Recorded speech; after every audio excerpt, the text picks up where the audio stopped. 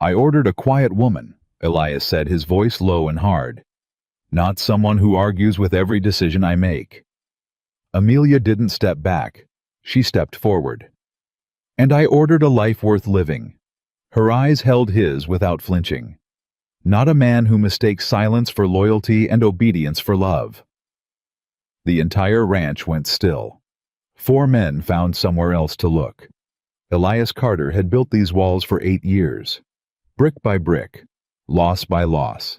She'd just walked straight through them. He'd wanted silence. What arrived was fire. And deep in his chest, something he'd buried long ago cracked open. If this story already has your heart subscribed to our channel, drop a comment with your city, and let's see how far this fire has traveled.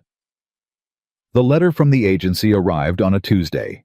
Elias Carter read it twice, folded it in thirds, and set it on the kitchen table the same way he said everything that mattered: flat, precise, controlled. He had written to the Chicago Matrimonial Correspondence Bureau 6 weeks earlier.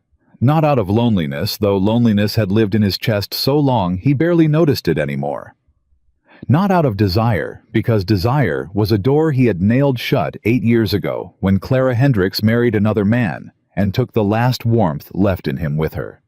He wrote because the ranch needed order. He had 1,200 acres of Montana grassland, a herd of 200 cattle, 4 ranch hands, a leaking roof on the bunkhouse, and no one to manage the interior operations of a household that had gone feral since his last cook quit in the spring. He needed someone reliable, someone organized, someone who understood that frontier life was work, not romance. His request to the agency had been precise. I am a rancher, 34 years of age, in good health and stable financial standing. I seek a wife of practical temperament. She should be accustomed to hard work and plain living. I do not require beauty or charm. I require dependability. A woman who is quiet by nature would be preferred. I have no interest in drama or sentiment. Please correspond only if you can provide a match of serious and steady character. He had reread that letter before sealing it and decided it was exactly right. The agency's response described a woman named Amelia Hartwell, 26 years old, from Chicago.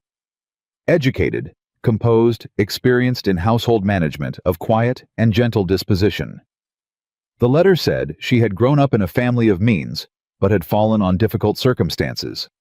It said she was ready for a new life. It said she was precisely what he had described. Elias paid the agency fee, arranged for a room at the widow Hester's boarding house, and sent a train ticket. He did not think about it much after that. The first sign that something was wrong came the morning the train arrived. Elias drove into Red Willow Crossing in his wagon at 9:30. The platform was crowded. Mail day always drew people out, and he stood to the side, arms crossed, watching the passengers descend. He was looking for a woman who looked quiet. He wasn't sure what that meant exactly. Something in the posture, maybe. Something lowered about the eyes. Something careful about the way she moved. The woman who stepped off the third car did not have any of those things. She came down the steps the way someone descends from a stage, not dramatically, not showy, but fully present. Every movement deliberate. Her traveling dress was dark blue dusty from the journey, but well made. Her hair was dark brown, pinned up beneath a hat that had seen better days, and strands of it had come loose around her face from the long hours of travel. She carried one large bag in her left hand and had a second smaller one strapped across her shoulder. She was scanning the platform, not nervously, assessingly, like a woman who had learned a long time ago to identify the exits before she decided whether she was staying. Elias watched her eyes move across the crowd and then land on him. She walked toward him directly. No hesitation, no shyness. "You are Elias Carter," she said. It was not a question. "I am." He studied her face. Her eyes were dark some color between brown and green that shifted in the morning light, and they were looking at him with an expression he couldn't immediately categorize. Not fear, not warmth. Something more complicated than either. "You are Miss Amelia Hartwell." "Yes." He waited a moment, as if hoping something softer would follow. It didn't. "You understand this is not an easy life," he said. A faint movement crossed her lips. not quite a smile, something drier than that. "I did not travel across the country looking for an easy life, Mr. Carter." He picked up her large bag without asking. Not out of chivalry, he told himself it was efficiency. He needed to move the wagon before the post office cart came through. "We'll go to the magistrate's office," he said. "Get the paperwork done." She fell into step beside him. "Efficient," she said. "I prefer practical." "Of course you do." He glanced at her sideways. There had been something in that, not rudeness exactly, more like she had said the most honest thing available to her and had decided not to dress it up. He decided to ignore it. He was wrong too. The marriage ceremony took 11 minutes. Judge Warren Briggs performed it in his office between a land deed dispute and his lunch. Elias signed. Amelia signed. 2 of Briggs's clerks witnessed. The judge shook their hands and told them he wished them well in the straightforward tone of a man who had done this 40 times and meant it 40 times, but not particularly deeply. Outside the courthouse, Elias helped Amelia into the wagon seat. She arranged her skirt and set her smaller bag across her knees. "You have questions?" he said, climbing up beside her. "A few." "Ask them." She looked at him with that same assessing look she'd given him on the platform. "How many ranch hands?" 4. "Names?" "Dob Hector Young Pete and a new hand called Swan. Started last month." "Who does the cooking now?" "Dob rotates with me. Badly." "Who keeps the accounts?" Elias paused. He had not expected that question. "I do. Do you want help with them, or would you prefer to keep that to yourself?" He looked at her. "You know accounts." "My father ran a company. I ran his household. They overlap more than men prefer to admit." Elias said nothing to that. He picked up the reins. "I'll show you the ranch," he said. "Good," she said. "I'd like to see what I'm working with." He told himself it was just a figure of speech. The Carter Ranch was not beautiful. Elias knew that. He had never minded. Beauty was for people who had time to stand still and look at things. His ranch was functional. The main house was 2 stories solidly built with a parlor he almost never entered, a kitchen that was the most used room in the house. 3 bedrooms and a study where the ledgers and bills of sale lived in careful stacks. Outside the barn, the bunkhouse, 3 smaller outbuildings, a stable that needed a new roof on the east side, and the training corral where the hands worked the younger horses. He walked Amelia through all of it. She said very little, but her eyes moved constantly, taking in the condition of the hinges on the barn door, the state of the kitchen shelves, the way the light fell through the window above the kitchen sink, the stack of mending in the parlor corner that had been accumulating since March. "The mending pile," he said, slightly defensive.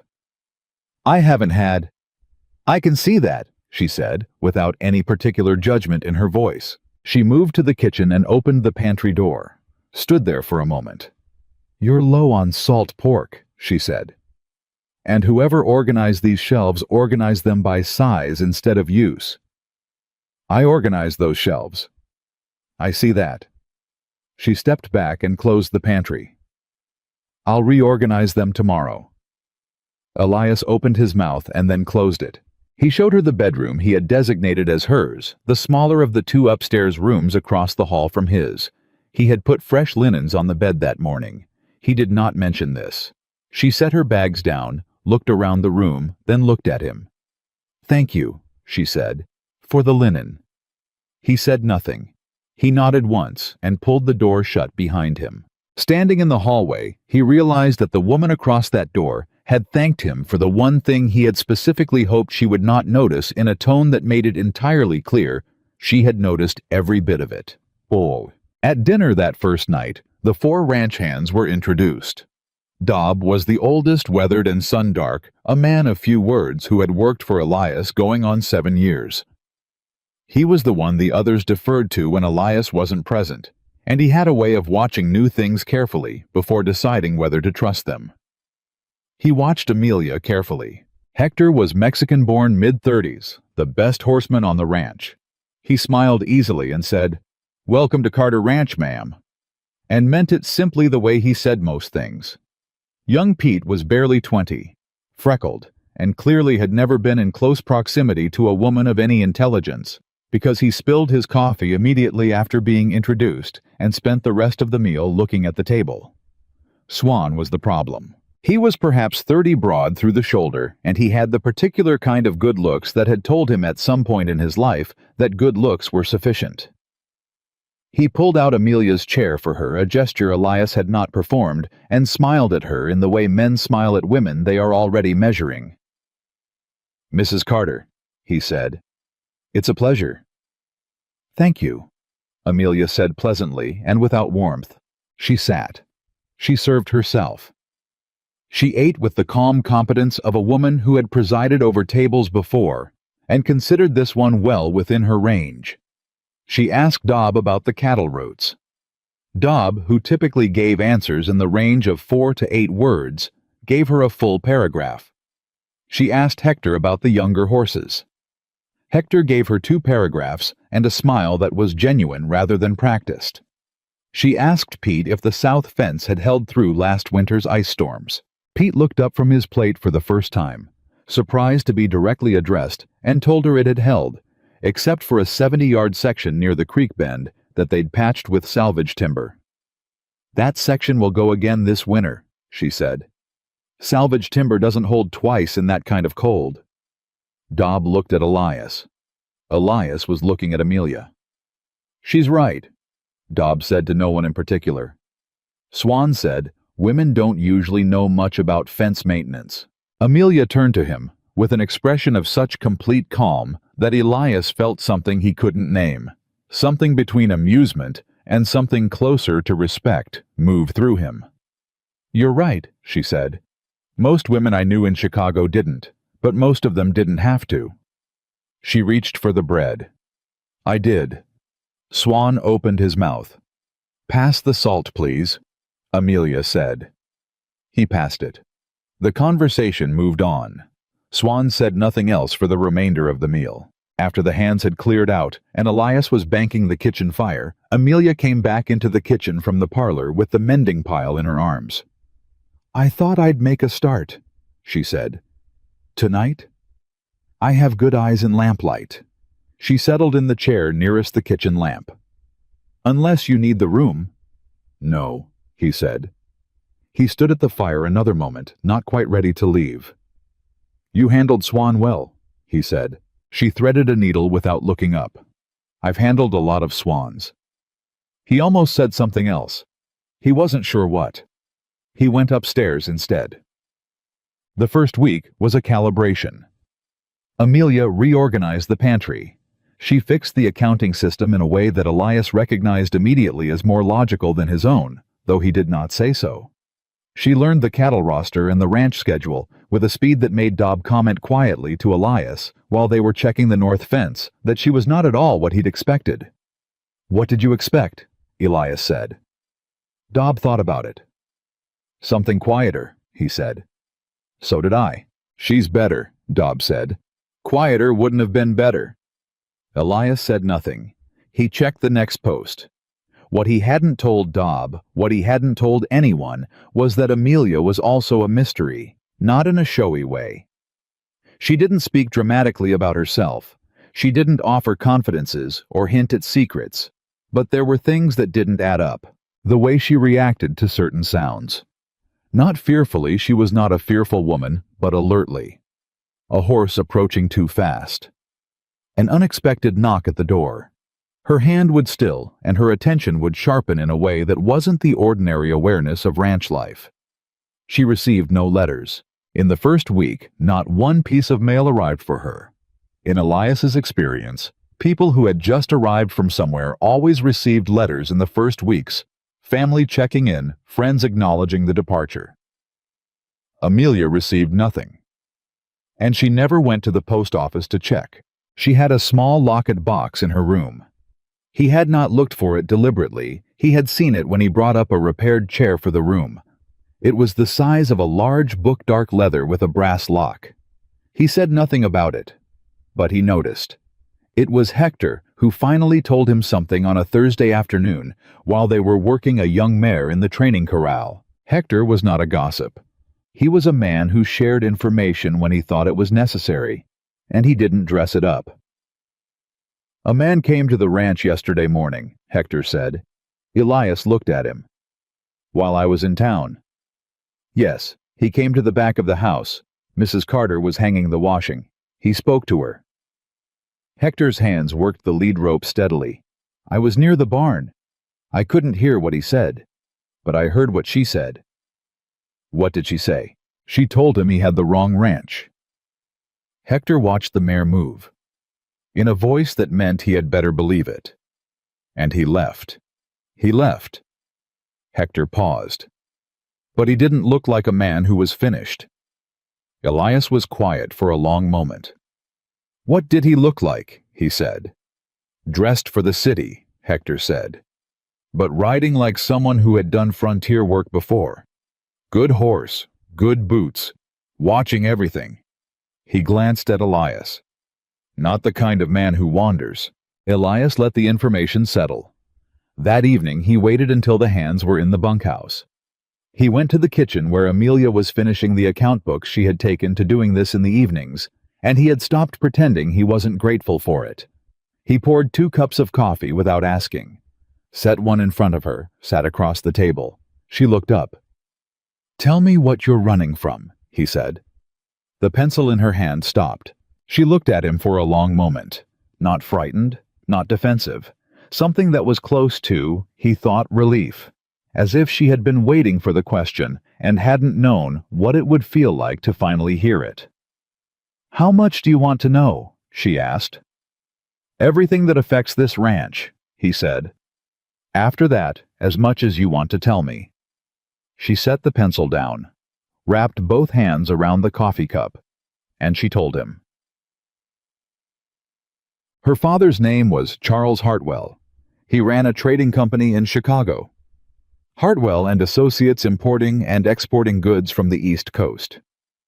He had built it over 30 years, and it had made him wealthy and well-regarded, and more important to him than either of those things powerful. But in the last 4 years, the company had been losing ground. New competitors badly managed contracts, 2 years of poor decisions that Charles Hartwell had been too proud to acknowledge as his own.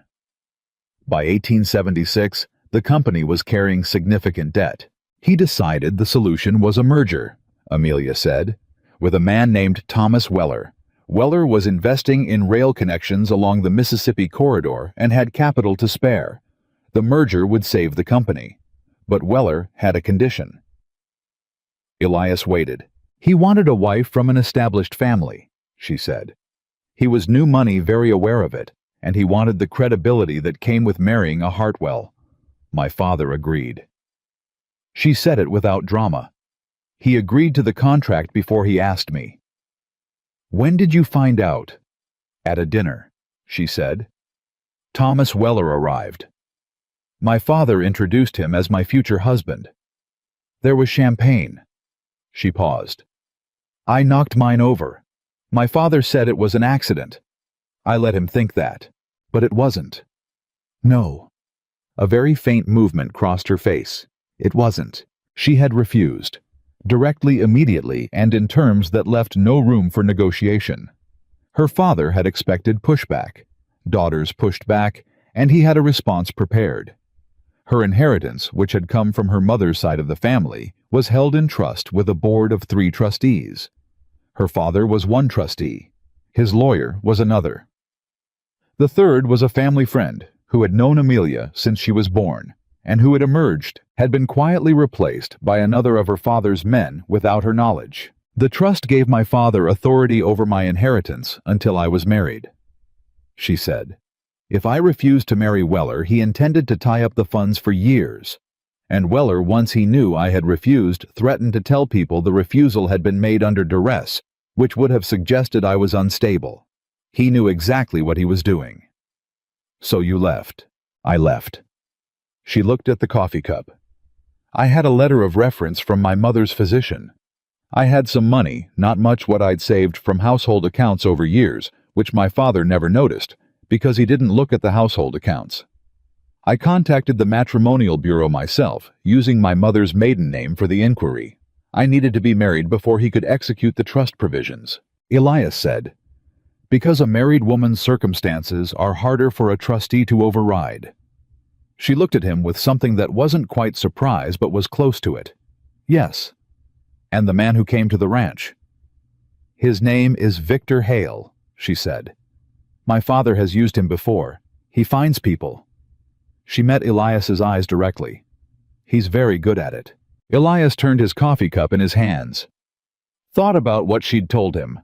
Thought about what she hadn't had to say about a father who had weighed his daughter against a business contract and chosen the contract. About a woman who had been precise enough, clear-headed enough, practical enough to build an escape plan under her father's roof without him ever knowing. The locked box, he said. She didn't flinch. Letters from my mother, some documents, proof of the trust arrangements, evidence, if I ever need it. He set the coffee cup down. Hale will come back, he said. I know. When he does, Elias said, he'll be coming to my ranch, my property, my... He stopped. She was watching him very carefully. He looked at her. My wife, he said, as if he were testing the word. As if it were a thing he had written on a page and was reading back to make sure it said what he intended. She did not look away. You didn't sign up for any of this, she said. I understand that. No, he said. I signed up for a practical wife who understood hard work. A pause. And what I got, he said, appears to be exactly that, with additions. Something moved in her expression, something that wasn't quite a smile, but occupied the same territory. Something fragile and real and very carefully contained. You're not angry, she said. It was not entirely a question. I'm a lot of things right now, he said. Angry isn't the main one. He pushed back from the table, stood up. Get some sleep, he said. Tomorrow I want to review the south fence situation, and I'll need you to go over the supply figures for the fall order. She blinked. You want me to help with the fall order? You reorganized my account system in 4 days and made it better. Yes. I want you to help with the fall order. He was at the doorway when she spoke again. Elias. He turned. She looked at him steadily, that measuring, honest, clear-eyed look that he had been watching for a week and had still not entirely prepared himself for. Thank you, she said, for asking instead of assuming. He looked at her for a moment. Don't thank me for basic decency, he said. He went upstairs. But he stood at the top of the stairs for a long moment before he went to his room, and in the silence of that hallway with the lamplight coming up faintly from the kitchen below, he recognized the feeling in his chest. It was the feeling of a wall, beginning in a very small way, in a way he was not yet ready to name, to shift. 3 days later, Swan disappeared from the ranch. Not overnight, he worked through Friday and collected his wages and rode out on Saturday morning, saying he had personal business in town. But he didn't come back by Sunday, and by Monday morning, Dobb had found the note he'd left tucked under the bunkhouse door. Found better work. No hard feelings. Elias read it, folded it, said nothing. He hired a new hand, a quiet older man named Garrett, who had worked cattle for 20 years and needed no instruction on anything. But 4 days after Swan left, Elias rode into Red Willow Crossing for supplies and stopped at the general store. The storekeeper, a man named Fitch, who had run the post office annex for 11 years and knew everything that moved through the town, said without being asked, Your old hand was in here, Swan. When? Day before yesterday. Fitch wrapped Elias's order. Had a long conversation with a fellow from out of town, city-dressed, asking a lot of questions about the ranch. Elias kept his voice level. What kind of questions? How many hands you run? Whether Mrs. Carter came and went from the property alone. Fitch slid the wrapped package across the counter. Swan seemed to know more about the operation than a man who just left it ought to share. Elias put his money on the counter, "Thank you," he said. He drove back to the ranch faster than he'd left.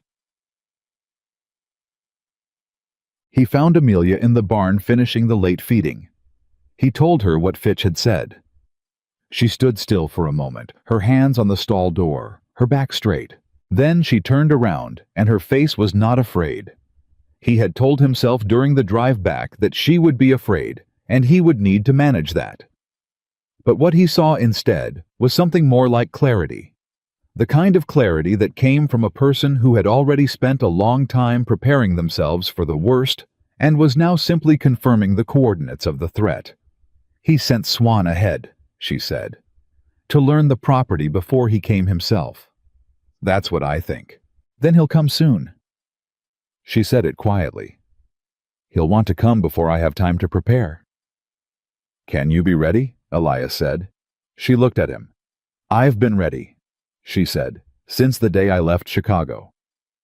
Outside the barn, the Montana sky was turning the dark purple red of a late summer dusk, and the first stars were beginning to show, and the wind coming down from the mountains smelled like rain and distant lightning. And inside the barn, in the last light of that day, Elias Carter understood something he had not understood when the woman descended from that train platform 2 weeks earlier. He had ordered silence. And what he had gotten was a woman who had been silent for years.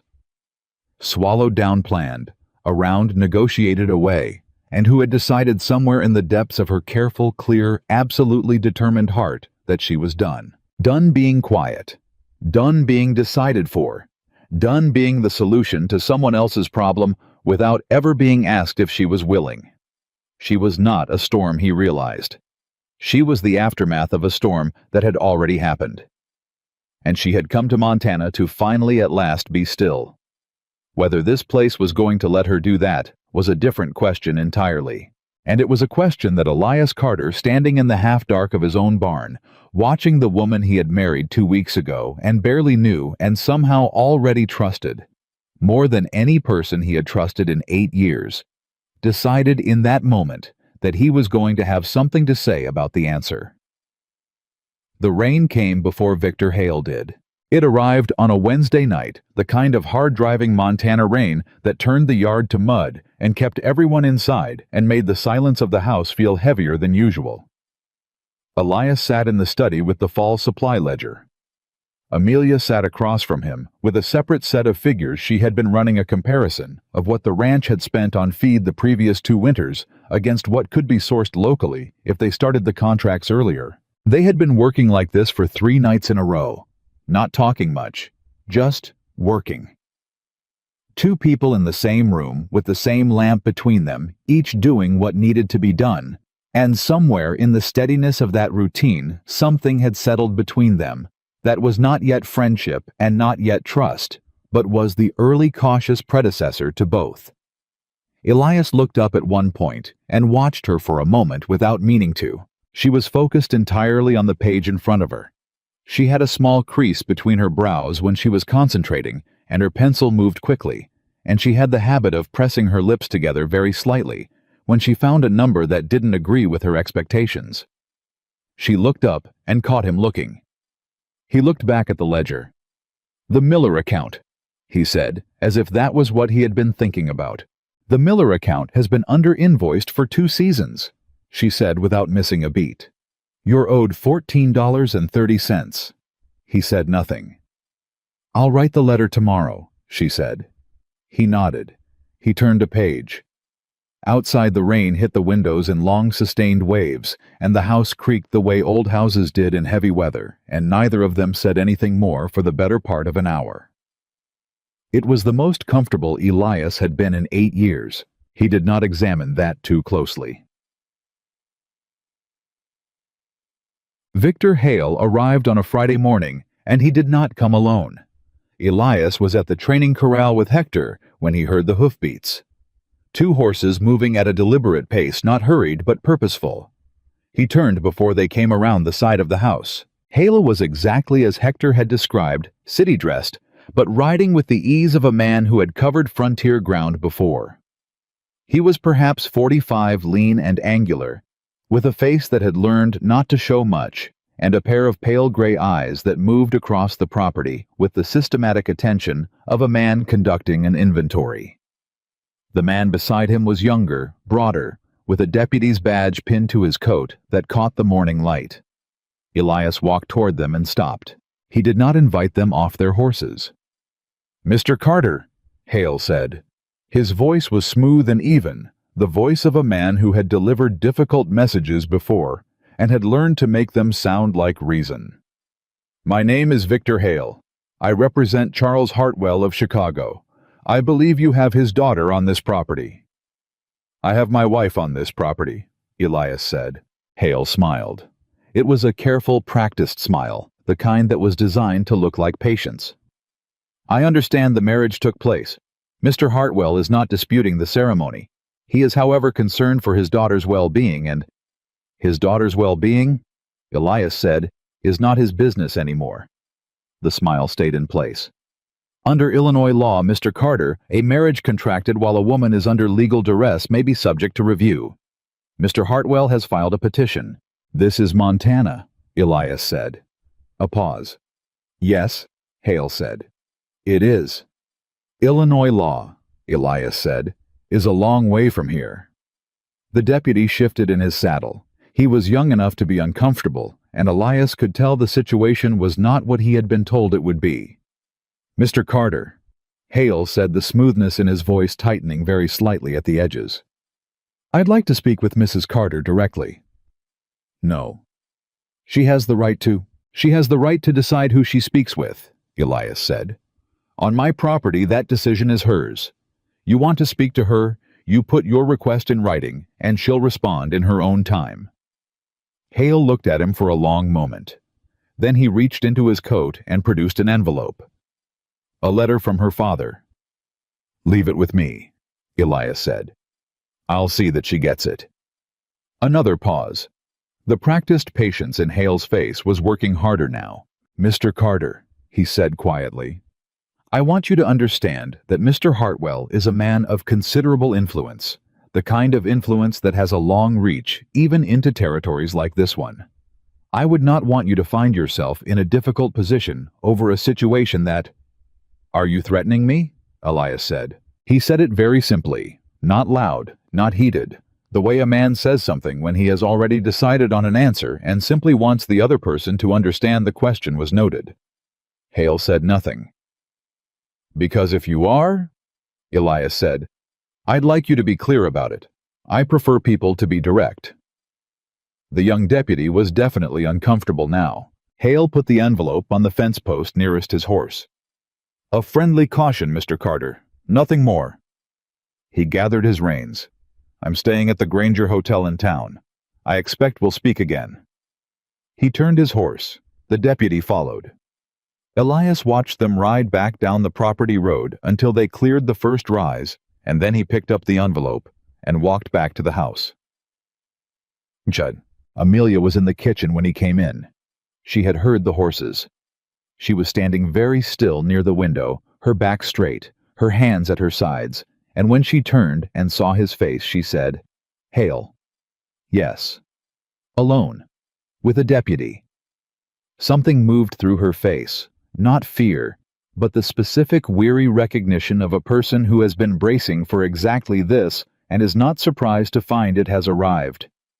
"He brought a letter," Elias said, and held out the envelope. She took it, looked at it for a moment without opening it. The handwriting on the front, her father's, he assumed from the way she held it, seemed to do something to her posture, tighten it slightly, the way a person straightens before something they expect to hurt. She opened it.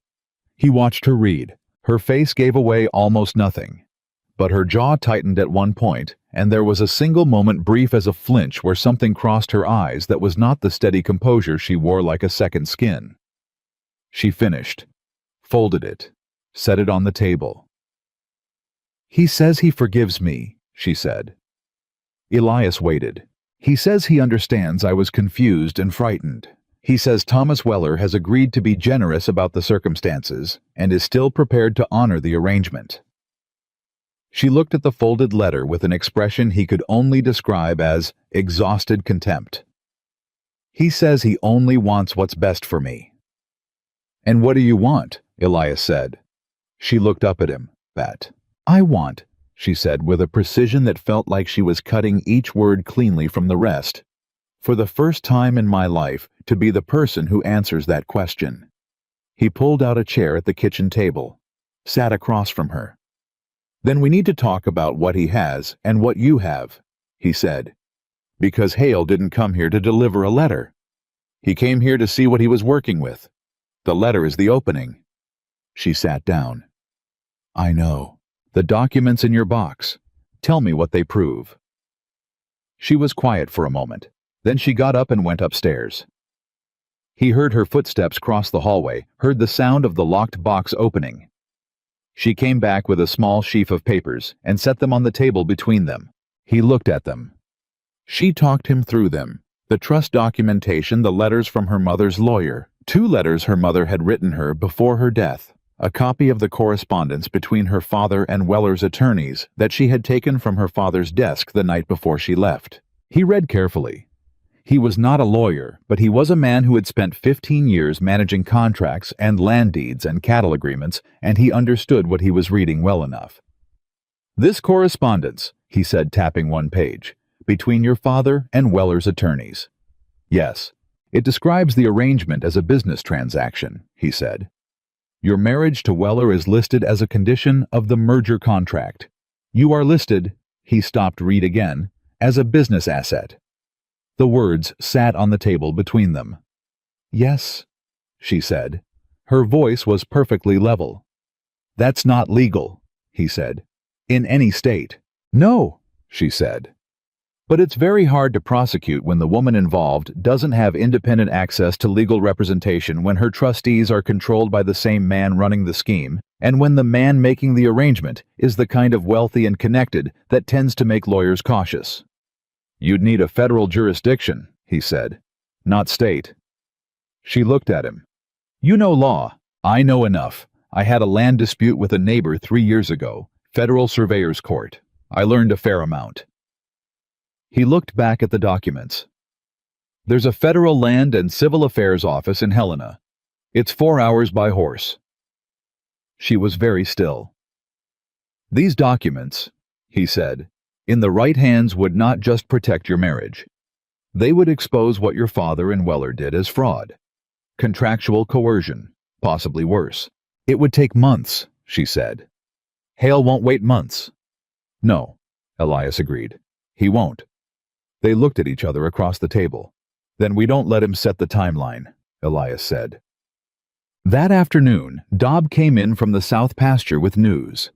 He found Elias in the barn and told him in the direct, unembellished way he told everything a man matching Hale's description had been seen talking to 2 of the neighboring ranch owners, Patterson, who ran the spread directly east, and a man named Caleb Stone, who owned 3,000 acres to the north and had been trying to expand south for years.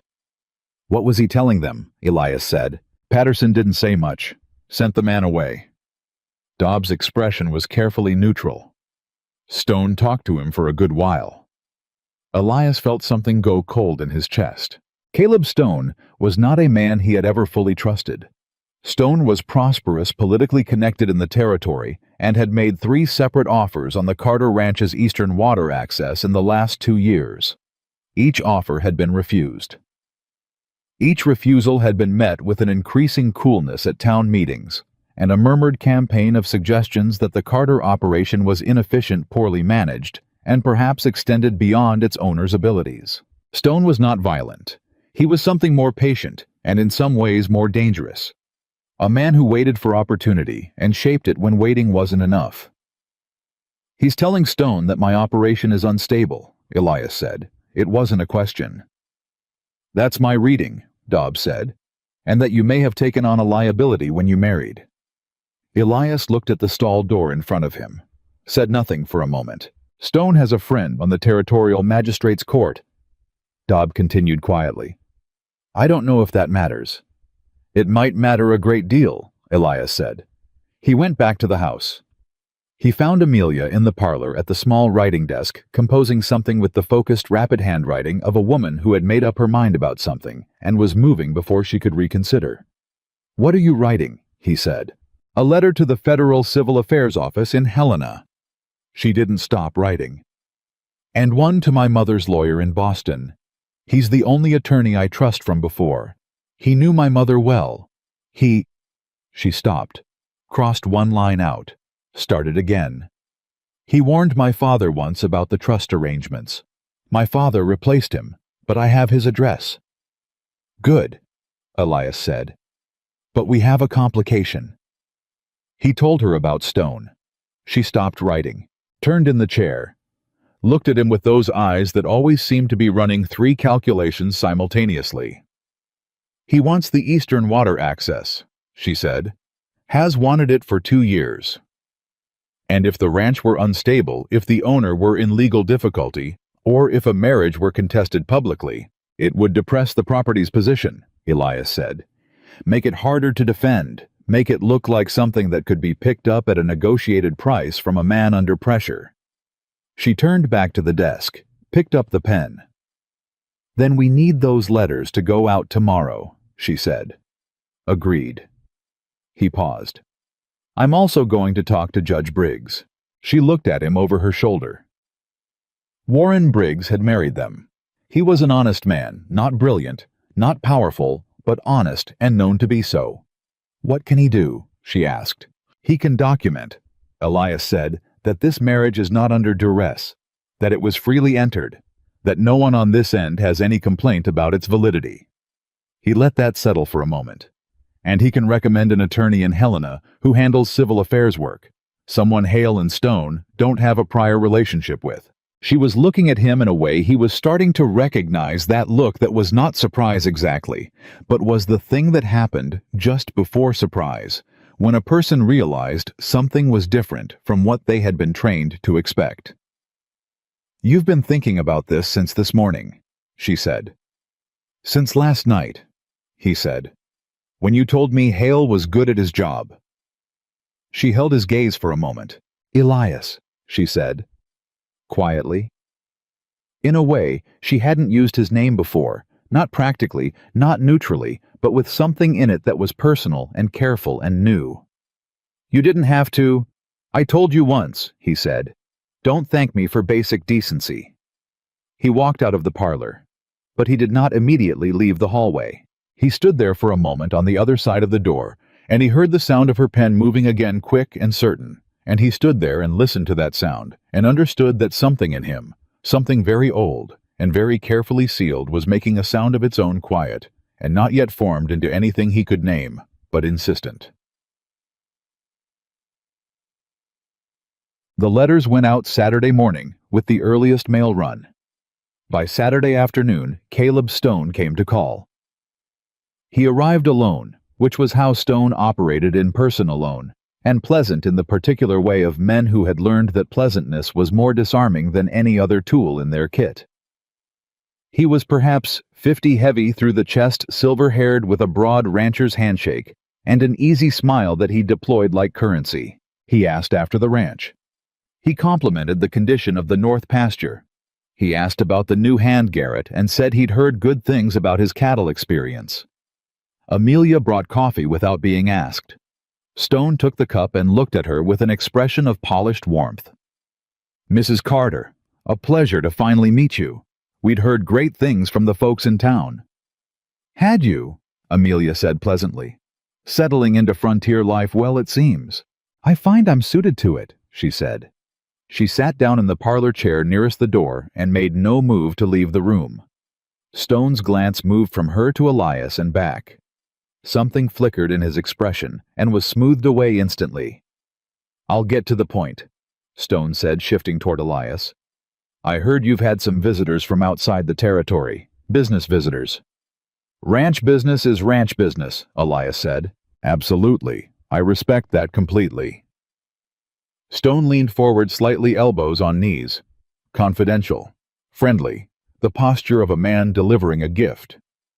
I only mention it because, and I say this as a neighbor who has always had a good working relationship with this operation, if there are circumstances in your current situation that make a renegotiation of certain arrangements attractive to you.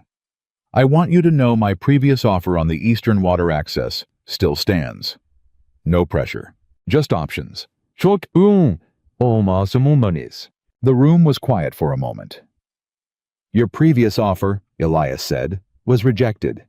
Twice. It was, and I respect that. Stone smiled. Circumstances change. That's all I'm saying. Amelia set her coffee cup down on its saucer with a sound that was very small and very precise. Stone looked at her. What circumstances? She said pleasantly. Do you imagine have changed Mr. Stone? He looked at her with the particular expression of a man recalibrating who he is actually talking to. Well, I imagine managing a property of this size with new arrangements in the household. New arrangements, she said. You mean my presence? I simply meant, you meant, she said, still in the same pleasant tone, that you spoke to a man named Victor Hale 2 days ago, and he suggested to you that the Carter Ranch might be in a position of vulnerability, and you came here to test whether that was true. Stone's smile didn't disappear, but it stopped working. I'm sure I don't know what you mean by, Victor Hale works for my father, Amelia said. My father wants me removed from this marriage. Mr. Stone, you want the Eastern Water access. Those are 2 separate interests, but they are compatible if this ranch is destabilized. Hale suggested the connection to you, didn't he? He doesn't work for free, but he can work on commission.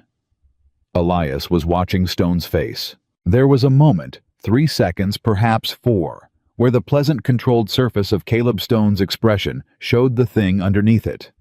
Not malice, worse than malice.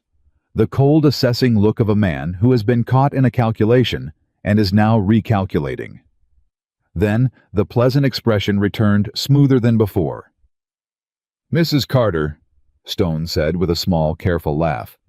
You're quite something. Yes, she said.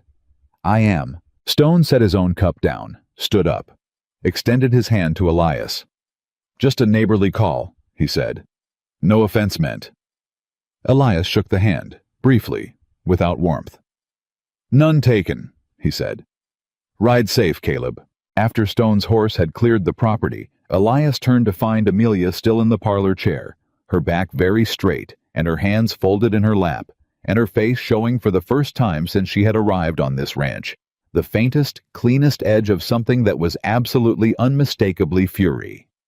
You knew, he said. I guessed, she said. When you told me about Stone and Hale speaking the pieces fit. She breathed slowly. My father doesn't just send people to retrieve. He sends people to soften the ground first. He turns the environment against you, so that when the retrieval comes, you have nowhere to stand. Elias pulled up the chair across from her. He's done this before, Elias said, to someone else. She looked at him.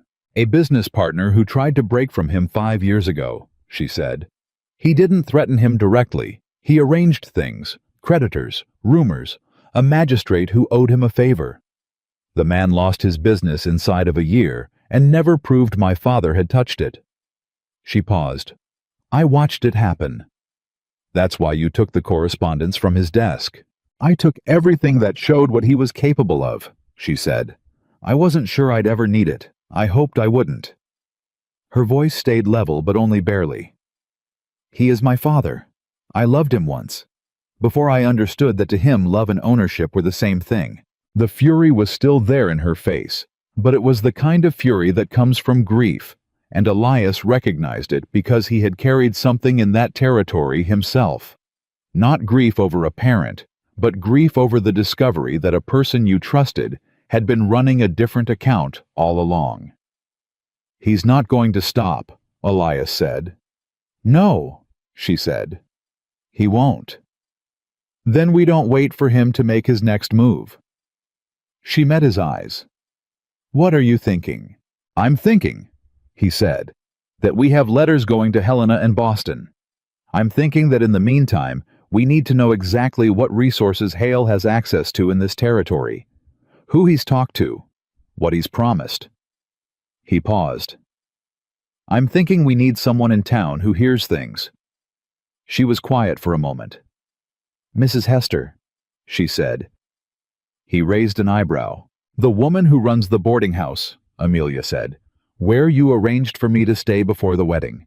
She didn't need to, but she checked on me twice before you came for me that morning. She brought an extra blanket." Something moved in her expression. A woman like that notices people, and guests at a boarding house talk more than they intend to. Elias looked at her. "You want to visit Mrs. Hester," he said. "I want to visit Mrs. Hester," she agreed, "and take her something from the kitchen and have a conversation about nothing in particular." He almost smiled. He caught it before it fully formed, but he felt it, and he thought she might have seen it because something briefly shifted in her expression. "Tomorrow morning," he said. "I'll drive you in." She nodded, started to rise. "Amelia." She stopped. He looked at her. He wasn't entirely sure what he wanted to say. There was something, not reassurance, which would have insulted her, and not admiration, which would have surprised her, but something in that general direction that he hadn't yet learned the right word for. "You handled Stone well," he said. She considered that. He needed to know that his calculation was visible, she said.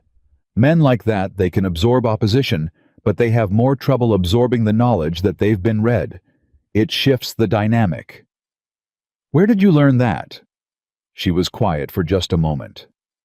"From watching my father do it to other people," she said, "and deciding I would rather know how it worked than not know." She went upstairs. Elias sat in the parlor for a while after that, in the house that had been empty for so long, and was no longer empty, thinking about a woman who had been educated in manipulation by the person who was trying to use it against her, and had turned that education into something else entirely. Something that looked from where he was sitting very much like armor. And underneath the armor, he was beginning to understand something that had been a long time waiting to trust someone enough to take it off. Mrs. Hester was exactly what Amelia had predicted. She was a round, sharp-eyed woman in her 60s who had been widowed 12 years ago and had since run the most reputable boarding house in Red Willow Crossing with the efficiency of a general and the social intelligence of someone who had spent a decade watching people arrive from somewhere and try to become someone different. She received Amelia's preserves with genuine pleasure and invited them into her kitchen with the warmth of a woman who had decided at some point that the only real currency in this world was whether people treated you straight. She did not need to be prompted. Within 20 minutes of quiet, ordinary conversation about the summer, about the ranch, about the adjustments of frontier life, Mrs. Hester said with the precision of a woman stating a relevant fact. "That man staying in my east room, Hale." Amelia said nothing, waited. "He's been receiving telegrams," Mrs. Hester said. "I don't read other people's business, you understand. But when a man receives 4 telegrams in 2 days and sends 3, and when those telegrams come from Chicago and 1 from Helena, a person notices the pattern even without reading the words." "Helena," Elias said. Mrs. Hester looked at him over her cup. "He rode out yesterday afternoon and came back in the evening looking more settled than he'd looked when he arrived. That's the look of a man who has confirmed an arrangement." "He has a contact in Helena," Amelia said quietly. "That's my reading," Mrs. Hester said. Amelia looked at Elias. The letters they had sent were heading for the same city where Hale had just confirmed an arrangement. "How fast can we get a rider to Helena?" Amelia asked the moment they were back in the wagon. "If Garrett leaves tonight," Elias said, "he can be there by tomorrow evening." "Can he be trusted to deliver letters to specific addresses and ask no one else?" "Garrett," Elias said. "Yes." "Then he needs to go tonight," Amelia said. "Before whatever Hale arranged in Helena moves first." She was looking straight ahead. The Montana sky above the wagon road was enormous and blue and cold at the edges, the way it got in late summer when the mountains had already started thinking about winter, and her jaw was set, and her hands were still in her lap. And she looked. Elias thought like someone who had been running for a long time and had finally decided to stop running and turn around. "Amelia," he said. "I know," she said before he could say anything else. "I know this is more than you agreed to." "That's not what I was going to say." She turned and looked at him. He kept his eyes on the road. "I was going to say that whoever Hale has in Helena isn't expecting us to move first. That matters. People who expect to dictate the timeline are almost always unprepared for someone who changes it. She looked at him for a long moment. You learned that from the land dispute, she said. I learned it from losing the first round and winning the second. She was quiet. Then, what happened in the first round? I waited, he said. I thought being right was enough, and I waited for the process to recognize it. He paused. It wasn't enough. Being right has to be loud, and it has to be early, and it has to be in writing in front of people who are required to respond to writing. She absorbed that. We need to send 2 writers, she said after a moment. Garrett to Helena with the letters. And someone else. Someone Hale wouldn't recognize, to find out what Hale's contact there looks like. What office he's connected to. Elias turned the wagon into the ranch road. I know a man, he said. Old friend. Works freight runs between here and Helena. He goes Tuesday. That's too long. He can leave tomorrow if I ask. She looked at him. Will he? He'll leave tonight if I ask, Elias said simply. There are some people in this world who show up when you need them. Something crossed her face that he didn't immediately categorize. It was subtle, small, fast, very personal. The kind of expression that escapes before a person knows it's happened. It took him until he had put the horses away and was walking back across the yard in the early dark that he recognized what it had been. It was the look of someone who had almost forgotten that such people existed, and had just been reminded. Garrett rode out before midnight. Elias had given him the letters $2 extra for fast travel and 4 words: deliver them, tell no one. Garrett was the kind of man who needed no more than that. He took the packet without question, tucked it inside his coat, and was gone into the dark before the rest of the ranch had finished supper. The other rider, Elias's freight-running friend, a raw-boned, sun-creased man named Cole Briggs, who was no relation to the judge and was considerably less formal, came to the back door at 10 o'clock that same night. Elias let him in, poured him coffee, and explained what he needed in the fewest words possible. Cole listened, drank the coffee, set the cup down. You want me to find out who Hale's talking to in Helena? He said, without Hale knowing I'm looking. Yes, and if this person is connected to the territorial administration. Especially then. Cole thought about it for approximately 4 seconds. I was heading that direction Tuesday anyway. Going tonight cost me 2 days' rest and $1 in road expenses. Elias put $2 on the table. Cole picked them up, stood, and pulled his coat back on. He looked at Amelia, who had come quietly into the kitchen at some point in the conversation, and was standing near the door, with her arms folded, listening. Ma'am, he said. Thank you, she said. He nodded once, as if thanks was a reasonable thing to receive, and went out the back. When the door closed, Amelia let out a slow breath. That's 2 people in motion, she said. It's enough for tonight, Elias said. She didn't move from the doorway. She was thinking he could see it, the slight focus behind her eyes, the stillness that meant her mind was several steps ahead of the room. Hale will move before the week is out, she said. He's not a patient man by trade. He's a retrieval man. He moves when the moment is right, and he's deciding that right now.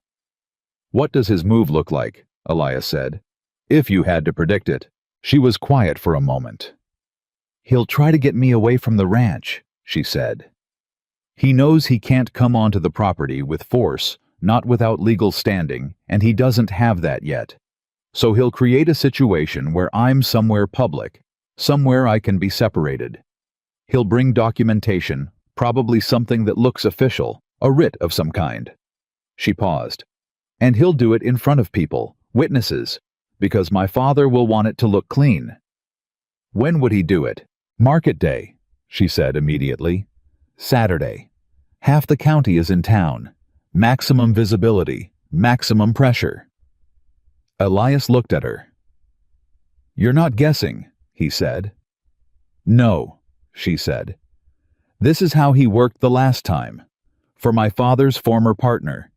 He created the moment in public, made it look like process. She met his eyes. I watched it from across a dining room. I was 17. I didn't understand all of it then. I understand it now. The kitchen was quiet. The fire in the stove had burned down to low, and the light in the room was soft and amber, and Elias stood on his side of the kitchen and looked at this woman who had spent 9 years watching, learning, cataloging, all while being treated like a piece of inventory in her own home. Then we control Saturday, he said. We control Saturday, she agreed. She pushed off the doorframe and went upstairs, but she stopped at the bottom of the staircase and turned back. Elias, she said, Hale is good at reading situations. If he senses we're prepared, then he'll know we're prepared, Elias said. I'm not interested in hiding it. Let him know. Let him recalculate. Uncertainty is expensive for a man on a schedule. She looked at him for a long moment. Then she went upstairs. Elias banked the kitchen fire and went to the window and stood there in the dark watching the yard. The horses were settled. The bunkhouse was quiet. Somewhere beyond the property line in the direction of Red Willow Crossing, there was a man in a hotel room deciding how to take apart everything Elias had built and everything Amelia had fought to reach. He had a very simple feeling about that. He was not going to allow it. Thursday passed with the particular tension of a day where nothing happens, but everything is preparing to. Elias went about the work of the ranch in exactly the same pattern as any other Thursday. He checked the cattle, rode the south fence line with Hector, reviewed the fall order that Amelia had finalized. He was deliberate about it, visible, routine, unhurried. If Hale or anyone working for him was watching the ranch, they would see a man doing nothing unusual. Amelia matched him. She visited Dobb about the hay storage. She spent an hour with Garrett's replacement duties. She went about the household in her usual way, competent and direct, and entirely focused on the ordinary. But twice during the day, Elias passed her in the hall or the kitchen and caught the look on her face when she thought no one was watching, a taut, inward look. The look of someone running contingencies in the back of their mind while their hands stayed busy with the present. He recognized that look. He'd worn it himself for 3 weeks during the land dispute.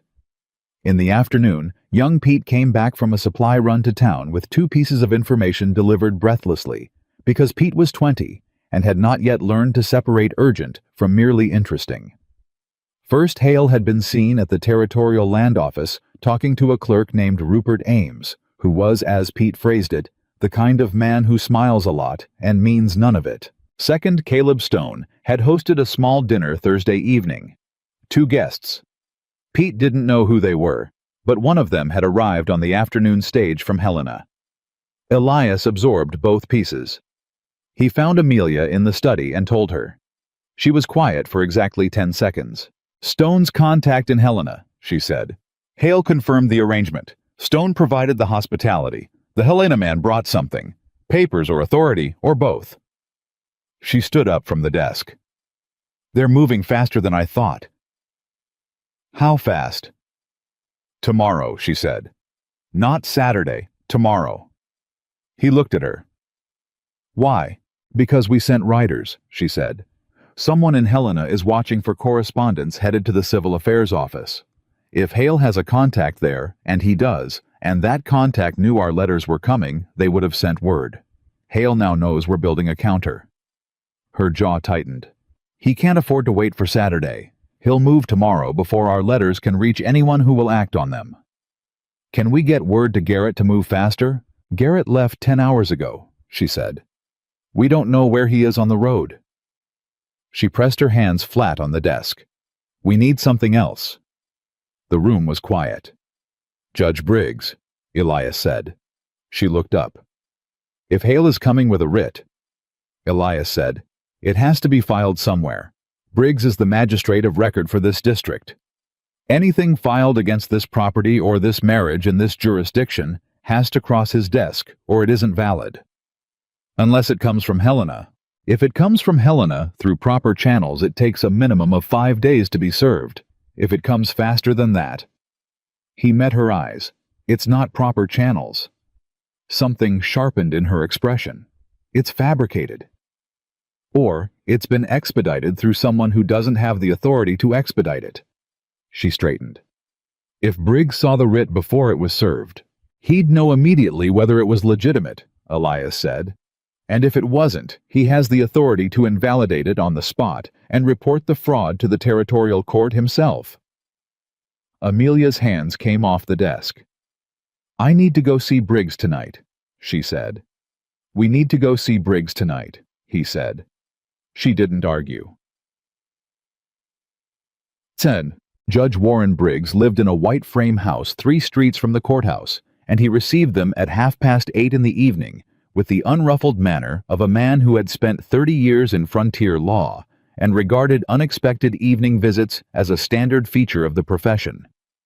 He listened to everything without interrupting. Elias had seen men listen before, perfunctorily impatiently, while assembling their response, but Briggs listened the way a good judge listened, which was to say he listened to the words and the spaces between them to what was said directly and what was said by implication, and his expression gave nothing away, while his eyes gave everything.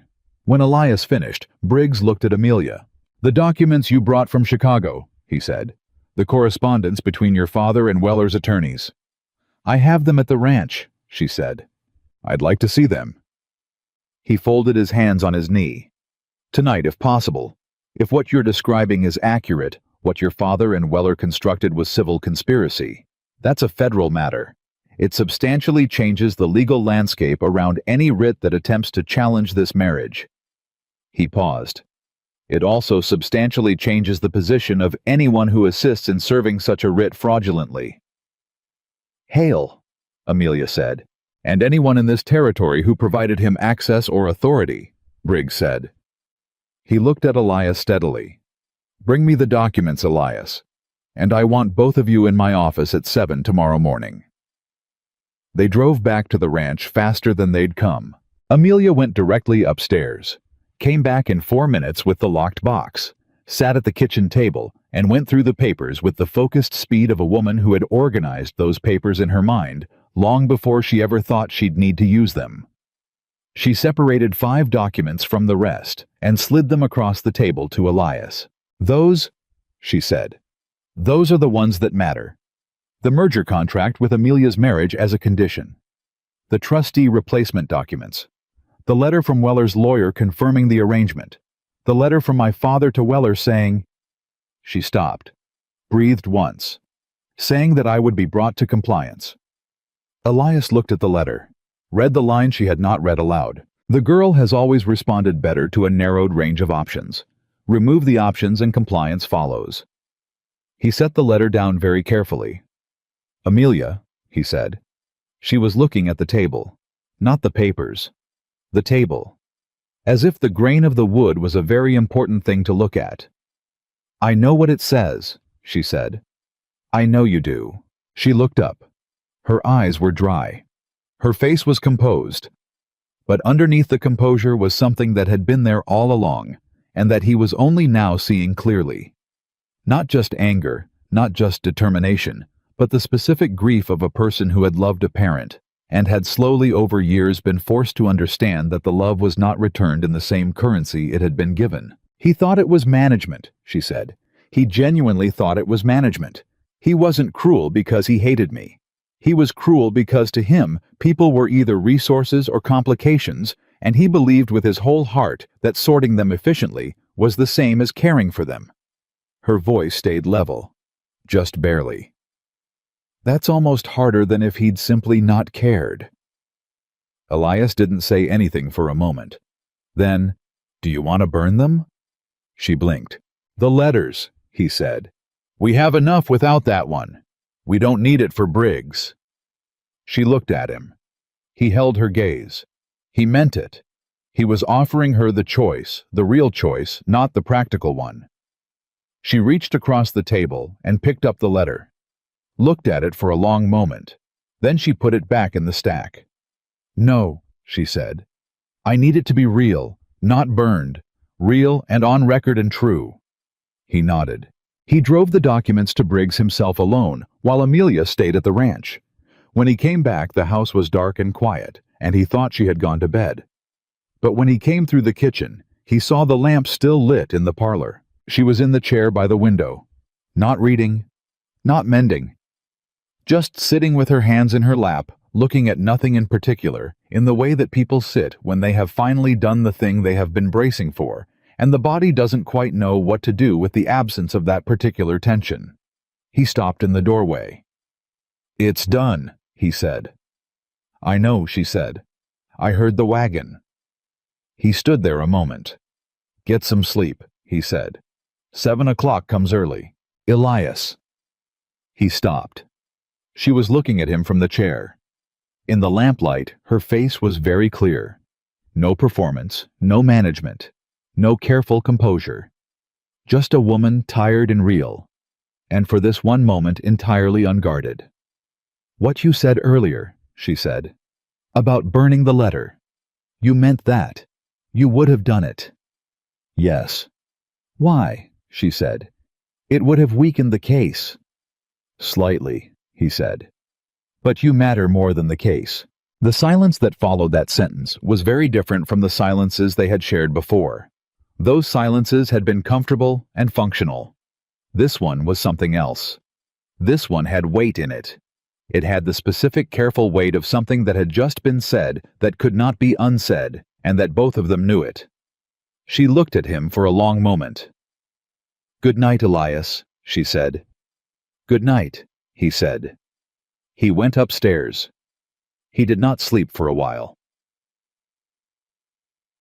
Friday arrived like a held breath.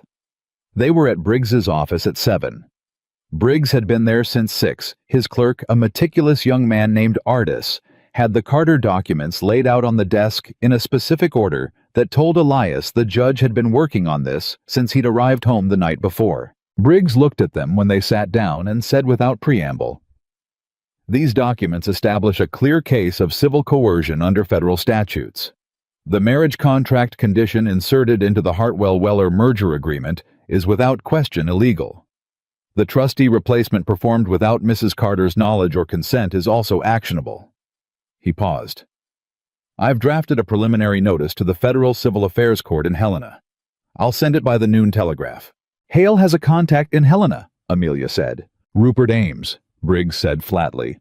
"I know Ames. He's a clerk, not an official. He can delay processing, but he cannot block a telegram from a magistrate of record. That is well above his authority." Something moved behind the judge's eyes that was not quite anger, but was in that neighborhood. "I am also drafting a notice to the Territorial Sheriff's Office advising them that any writ served in this district in connection with the Carter marriage should be verified through my office before execution. If Hale attempts to use anything that isn't fully legitimate, it will be flagged before it can be acted on." Amelia exhaled, very slowly, very carefully. "Judge," she said. "Thank you." Briggs looked at her with the direct, non-sentimental warmth of a man who had dealt in human situations long enough to recognize when something mattered, and who had decided at some point not to pretend otherwise. "Young woman, what your father attempted to do with that trust arrangement is something I have seen twice in 30 years, and both times the people who did it believed they would never be held to account because the person they did it to had no recourse." He picked up his pen. "I find that circumstance professionally offensive." He went back to his papers. They were outside the courthouse at 8. They had not been back at the ranch for 20 minutes when Dobb came from the bunkhouse at a pace that was not quite running but was close. "Riders coming," he said. 3 of them, from the North Road. North Road meant Stone's direction. Elias turned. Amelia turned beside him. "How far?" Elias said. 5 minutes, Dobb said. "Maybe less." "Get Hector and Garrett to the yard," Elias said. "Visible, not armed visible." Dobb went. Elias turned to Amelia. She was already composed, already still. The same stillness as before. A storm breaks not calm, but gathered. "Whatever he's brought," she said, "it has to be read aloud to be served. That's the requirement." "I know. If there's anything irregular in the language, I'll hear it," he said. "I know what a legitimate writ looks like." She looked at him. So do I, she said. They stood together in the yard as the three riders came in. Victor Hale was at the front. Behind him, the young deputy from the first visit. Behind the deputy, a man Elias had not seen before, older, with the look of a professional who moved paper from place to place and believed very sincerely in the importance of what he was moving. Hale looked at Elias and Amelia standing together in the yard, and something moved in his pale gray eyes. Not surprise, adjustment. He had expected to arrive and find them separately. He had expected to find Amelia in the house, Elias in the field, and the gap between them was where he intended to operate. He had not expected to find them side by side. He covered it immediately. "Mr. Carter," he said. "Mrs. Carter." His voice was the same smooth, considered instrument it had been on his first visit.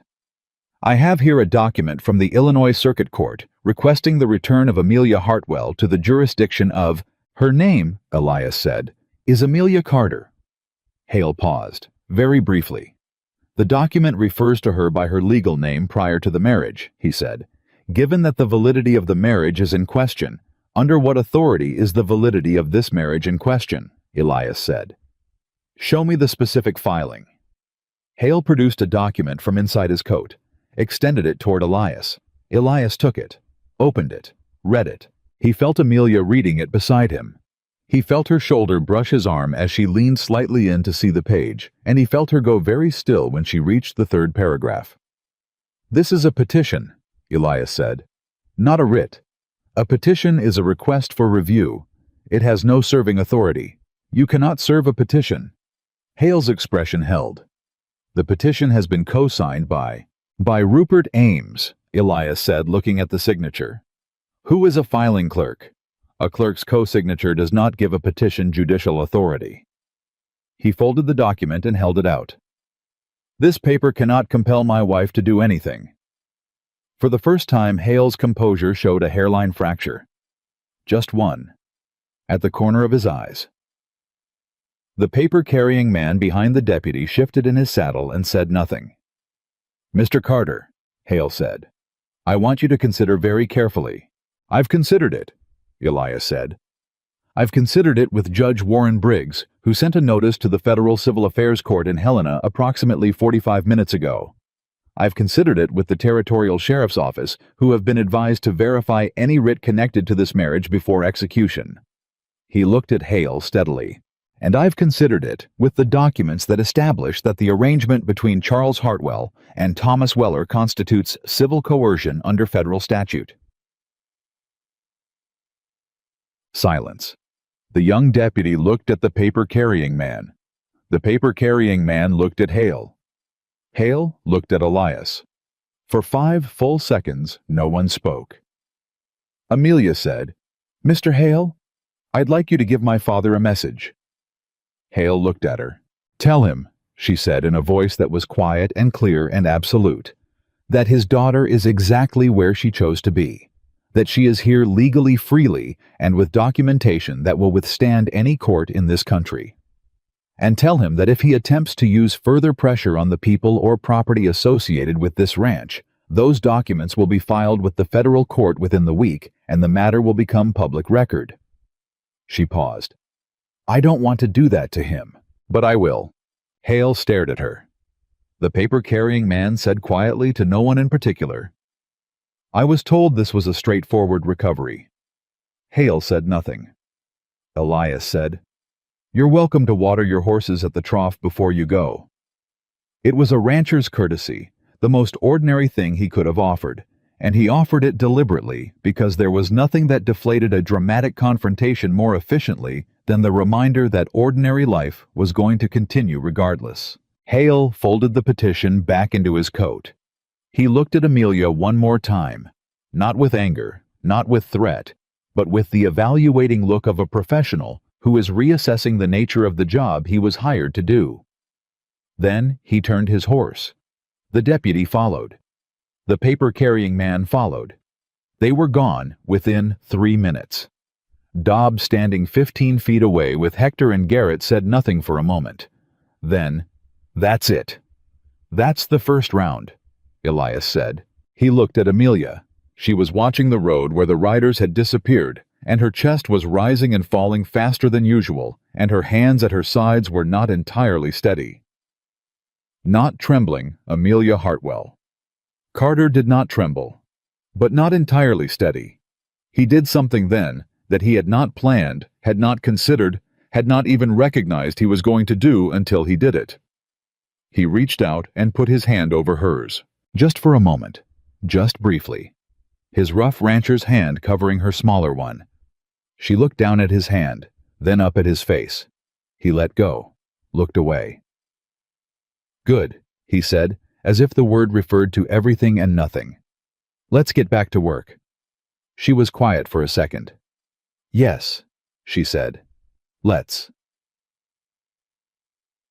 The ranch moved through the rest of Friday in the aftermath of that confrontation, the way a house moves after a storm has blown through, checking itself, reassessing, recognizing what held and what didn't, and beginning quietly to settle back into its own shape. But that night, Elias was in the study going through the week's mail when he found something that changed the shape of everything.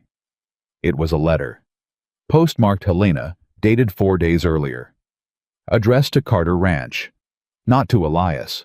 To Amelia. He took it to her immediately. She was in the kitchen. She looked at the handwriting on the envelope, and her face changed. The controlled, steady face he had come to read as her default shifted into something more open and younger, and for just a moment, fragile. "This is from Edward Marsh," she said. "Who is Edward Marsh?" "My mother's lawyer." She opened it. "The one my father fired." She read it quickly. He watched her face, and then she looked up at him, and for the first time since she had stepped off the train 3 weeks ago, her eyes were bright in a way that had nothing to do with anger or clarity or determined composure. "He received my letter," she said. "He's been in Helena for 2 weeks, working a case. He's already there.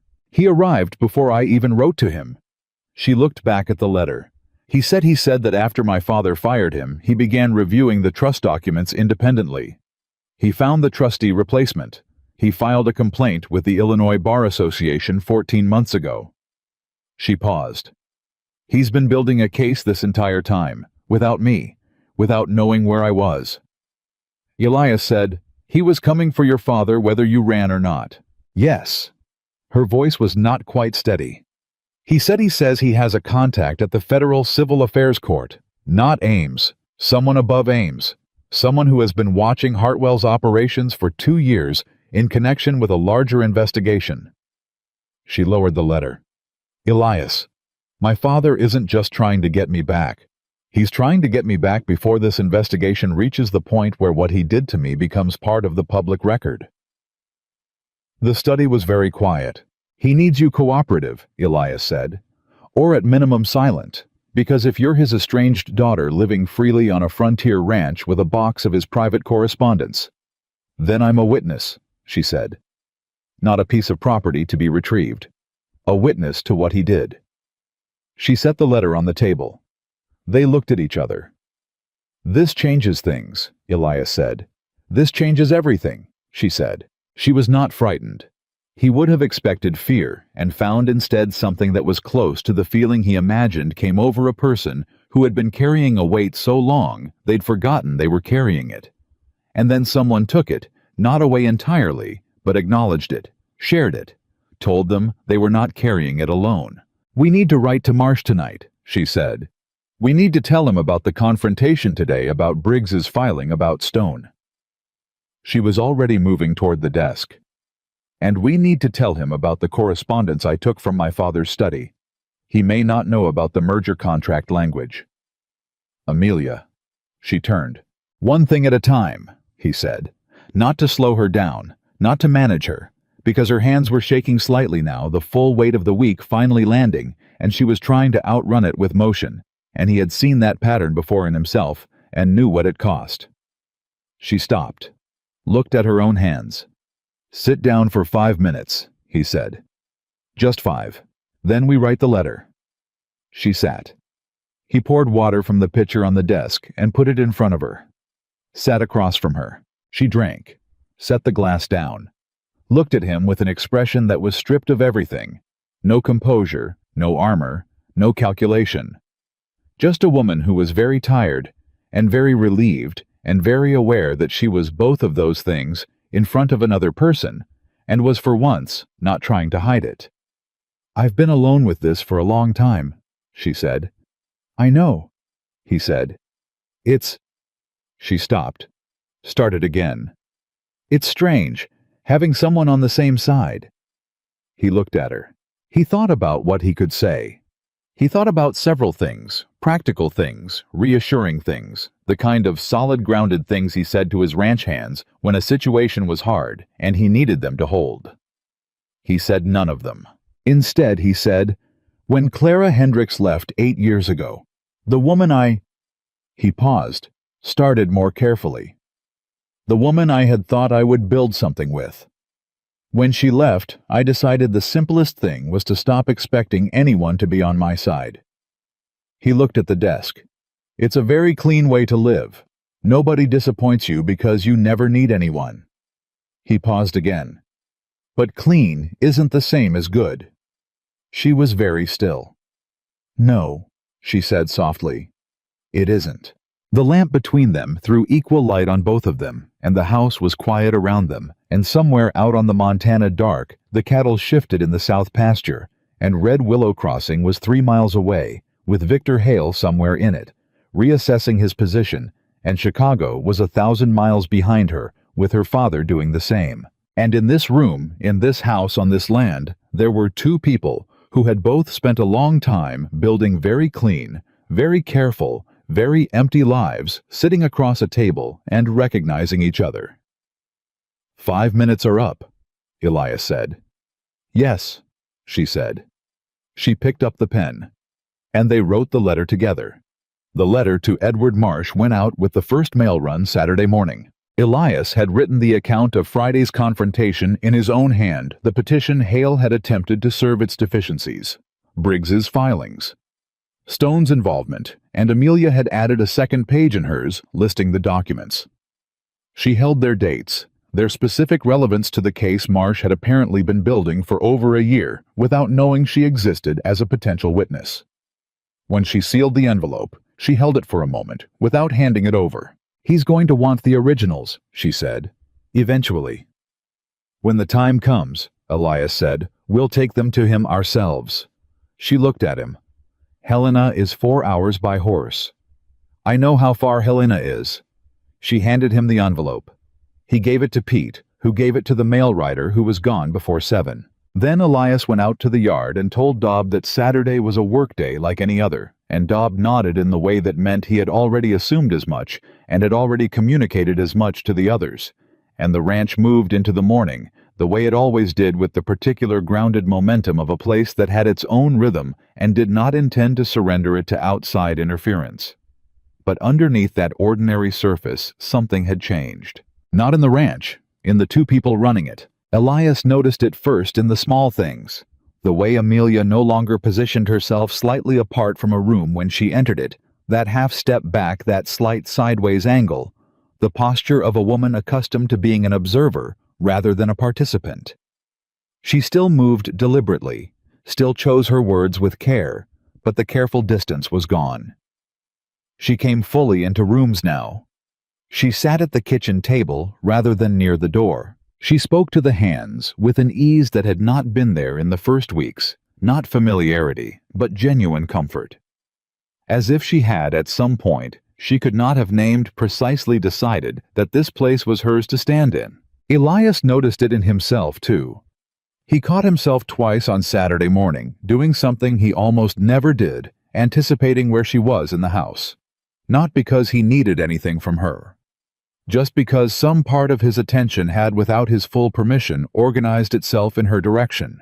He checked the east fence line that morning, and when he came back, she was in the barn with Hector talking through the condition of a mare that had been favoring her left foreleg since Thursday.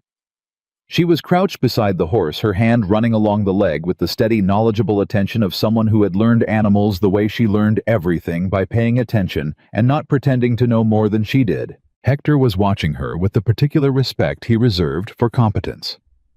Elias stood in the barn doorway for a moment longer than necessary before he cleared his throat and came in.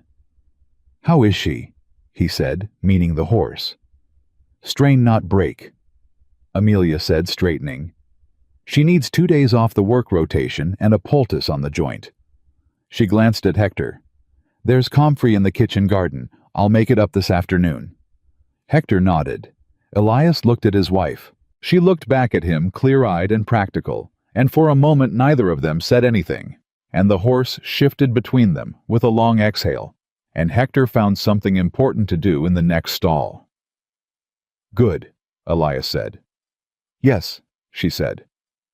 They went in separate directions, but the air between them had a different weight now, and both of them knew it, and neither of them was quite sure what to do with the knowing. The first sign that the situation was not finished arrived Sunday. It came in the form of Mrs. Hester, who drove herself to the ranch in a borrowed buggy at 9:30 in the morning, which was in itself significant because Mrs. Hester was a woman who kept the Sabbath seriously and did not make unnecessary journeys on Sundays. Amelia met her at the door. Mrs. Hester came inside, accepted coffee, and said without softening it, "That man Hale left the hotel this morning, before dawn. He took his horse and his bags and told no one where he was going." Amelia's cup stopped halfway to her mouth. "Left the territory," she said. "Or moved somewhere he doesn't want to be tracked from," Mrs. Hester said. She looked at them both over her cup. "I thought you should know before you heard it some other way." Elias leaned back in his chair and thought about that. Hale leaving could mean one of two things. Either the confrontation on Friday had caused him to report to Hartwell that the situation was more complex than anticipated, and he was withdrawing to regroup, or he had moved into a second phase that didn't require him to be visible. He said this to Amelia after Mrs. Hester left. She was quiet for a moment. "He's not done," she said. "My father doesn't hire men who quit after one failure. Hale is adjusting." She turned the coffee cup in her hands. "The question is, what he's adjusting to." "We have Briggs' filings in place," Elias said. "We have the letter to Marsh. We have the documents." He paused. "What's left to attack?" She thought about it, and then something moved across her face. A subtle shift, the specific quality of a person who has just thought of something they should have thought of sooner and is not pleased with the gap. "The ranch itself," she said. He looked at her. "Not the marriage, not me." She set down the cup. "If my father can't remove me legally, the next option is to make this place untenable. Force you to sell or abandon the operation. Remove the stable ground I'm standing on." She met his eyes. "Stone hasn't gone quiet. He was at that dinner Thursday. He's still in this." Elias said nothing for a moment. "The water rights," he said. "The eastern water access you've refused to sell him twice," she said. "If the ranch were under financial pressure, if creditors were called in, if contracts were challenged, if the cattle operation were disrupted, a man with territorial connections could make that happen," Elias said, without ever touching the marriage question directly. They looked at each other. "How solid are your finances?" she said. Not carefully, directly. The way she said everything that mattered. "Solid enough in normal conditions," he said. "If 2 or 3 things went wrong simultaneously," he stopped. "Who holds your operating loans?" "First Territorial Bank of Red Willow Crossing," he said. "Branch manager is a man named Aldous Ford." "Do you know him well?" "Well enough to trust him," Elias said. "He's been with the branch since it opened." "Does Stone have a relationship with that bank?" Elias paused. "Stone's account is larger than mine," he said slowly. "That's not the same as leverage," she said, "but it's worth knowing." She stood up. "I want to look at the contracts, the cattle purchase agreements, the land deed, the operating terms, all of it, today." "It's Sunday." "I know what day it is," she said. "I'm not asking God's permission, I'm asking yours." He almost smiled. He felt it and stopped it. "Study's open." She was already moving. Shh. They spent 4 hours in the study, side by side, over the ranch's full financial picture. Amelia worked with the focused, systematic attention of someone who had learned accounting as a survival skill and treated every number as a potential problem before she allowed it to be a reassurance. She found two things. The first was minor an overcharge in a supply contract that had been quietly increasing for 3 seasons, a few cents per unit, that added to real money over volume. Elias looked at it and felt the particular irritation of a man who had been too busy to see something in his own books. "I'll write to them Monday," she said, and moved on without comment. The second was not minor, not. "This deed notation," she said, pointing to a line in the original land purchase document. "This access easement, East Boundary Water Corridor, it says shared access rights with adjacent property owner." Elias leaned in. "That notation was there when I bought the property. The previous owner and his neighbor had a shared arrangement. The neighbor died. The arrangement died with him. It's been 15 years. "But the notation wasn't formally removed," she said. He looked at it. "If Stone acquired the adjacent property," she said, her voice very level, very controlled, "he could argue the easement transferred." The study was very quiet. "He's been trying to buy that adjacent parcel for 2 years, Elias said. "Has he bought it?" "I don't know," Elias said. "Not as of 6 months ago. I haven't heard." She straightened. "We need to know. Today." He was already reaching for his coat. "Who would know on a Sunday?" she said. "Briggs," he said. "He handles land deed records." He drove into town. Briggs was at home in his garden and received Elias with the adaptable patience of a man who had long since made peace with the fact that frontier law did not observe weekends. He checked his records in the study while Elias waited in the hall. It took 12 minutes. He came back and said, "The adjacent parcel was purchased 6 weeks ago. Caleb Stone. The transaction was registered in Helena." Elias stood very still. "6 weeks ago," he said. "6 weeks ago," Briggs said. 2 weeks before Hale arrived in Red Willow Crossing." The timing landed like a stone in still water. Stone hadn't moved on the easement in response to Hale's arrival. Stone and Hale's operation had been coordinated from the beginning. 2 weeks before Hale showed up, Stone had already bought the ground he needed. He had been waiting for Hale to create the pressure, and the easement was the mechanism he intended to use when the pressure peaked. "He'll file on the easement," Elias said. "If he hasn't already," Briggs said. "Has he?" Briggs looked at him. "Not through my office, but Helena." "If he filed in Helena directly," Elias said, "bypassing local jurisdiction. It would be irregular," Briggs said, "but not impossible depending on who he knows there." He picked up his pen. "I'll telegraph the Helena land office first thing tomorrow morning. If there's a filing, I'll know by afternoon." Elias drove back to the ranch and told Amelia what he'd found. She listened without interrupting. When he finished, she did something he had not seen her do before. She turned away from him, walked to the far side of the kitchen, and stood there for a moment with her back to him. He waited. She turned back around. Her face was controlled, but her eyes were bright with a specific, clean fury that was not panic and not despair, but was the look of a person who has just understood the full shape of what they're facing and has decided in the space of those 30 seconds at the other end of the kitchen not to flinch. "They planned this before I arrived," she said. "Stone did, yes. He acquired that parcel because he knew, or Hale told him, that I was coming.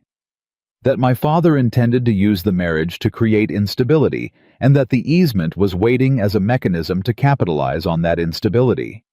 She shook her head once. "This was never just about bringing me back. It was a real estate operation. My father needed me back to remove the witness. Stone needed the chaos to take the water rights. They used each other. And Hale, Elias said, worked for whoever paid." She pressed her lips together. "The letter to Marsh," she said. "We need to send another one. Today. With this.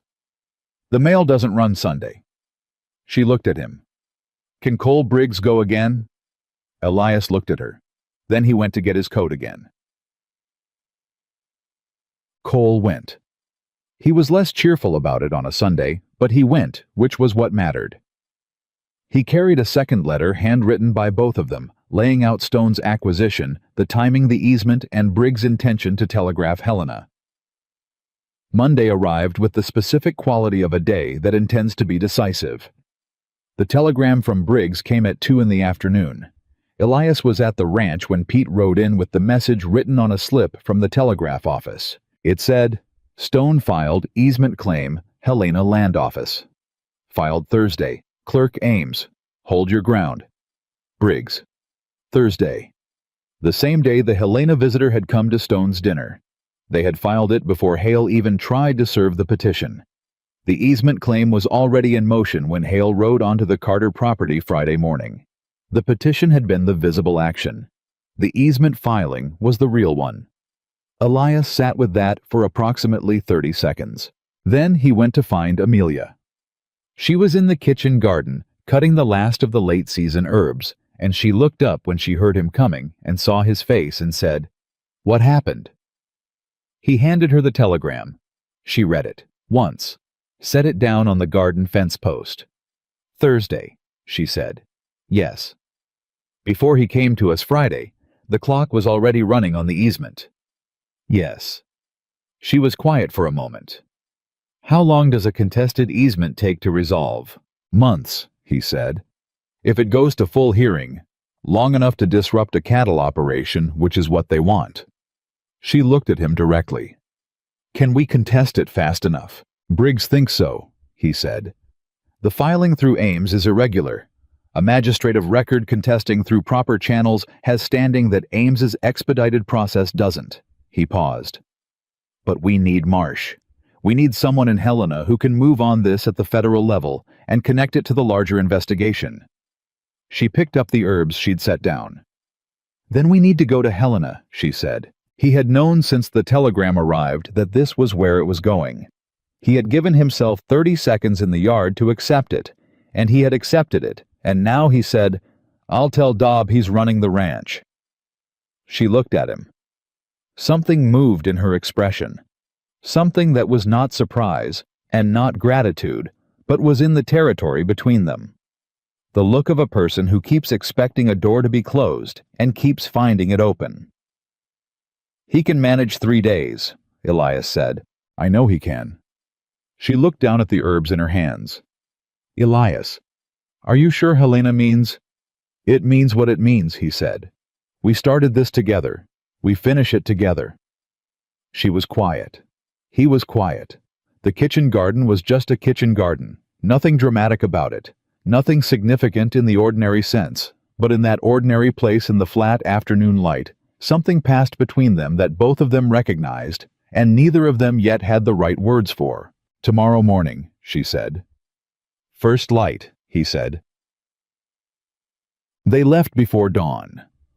Dobb was up to see them off because Dobb was always up before dawn, and because he was the kind of man who showed up at necessary moments without being asked and without making a thing of it. He shook Elias's hand. He looked at Amelia. "You come back, Mrs. Carter," he said. It was 4 words. But the way he said them, not as a farewell, not as a courtesy, but as a statement of expectation of belonging, of "this is where you are," landed somewhere in Amelia's chest, and stayed there. "I will," she said.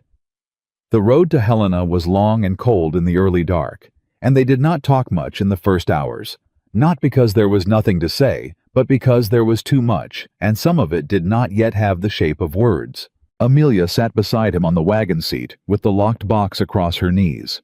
Every document, every letter, everything she had carried out of Chicago in the dark, everything that was the proof of what she had survived and what her father had done.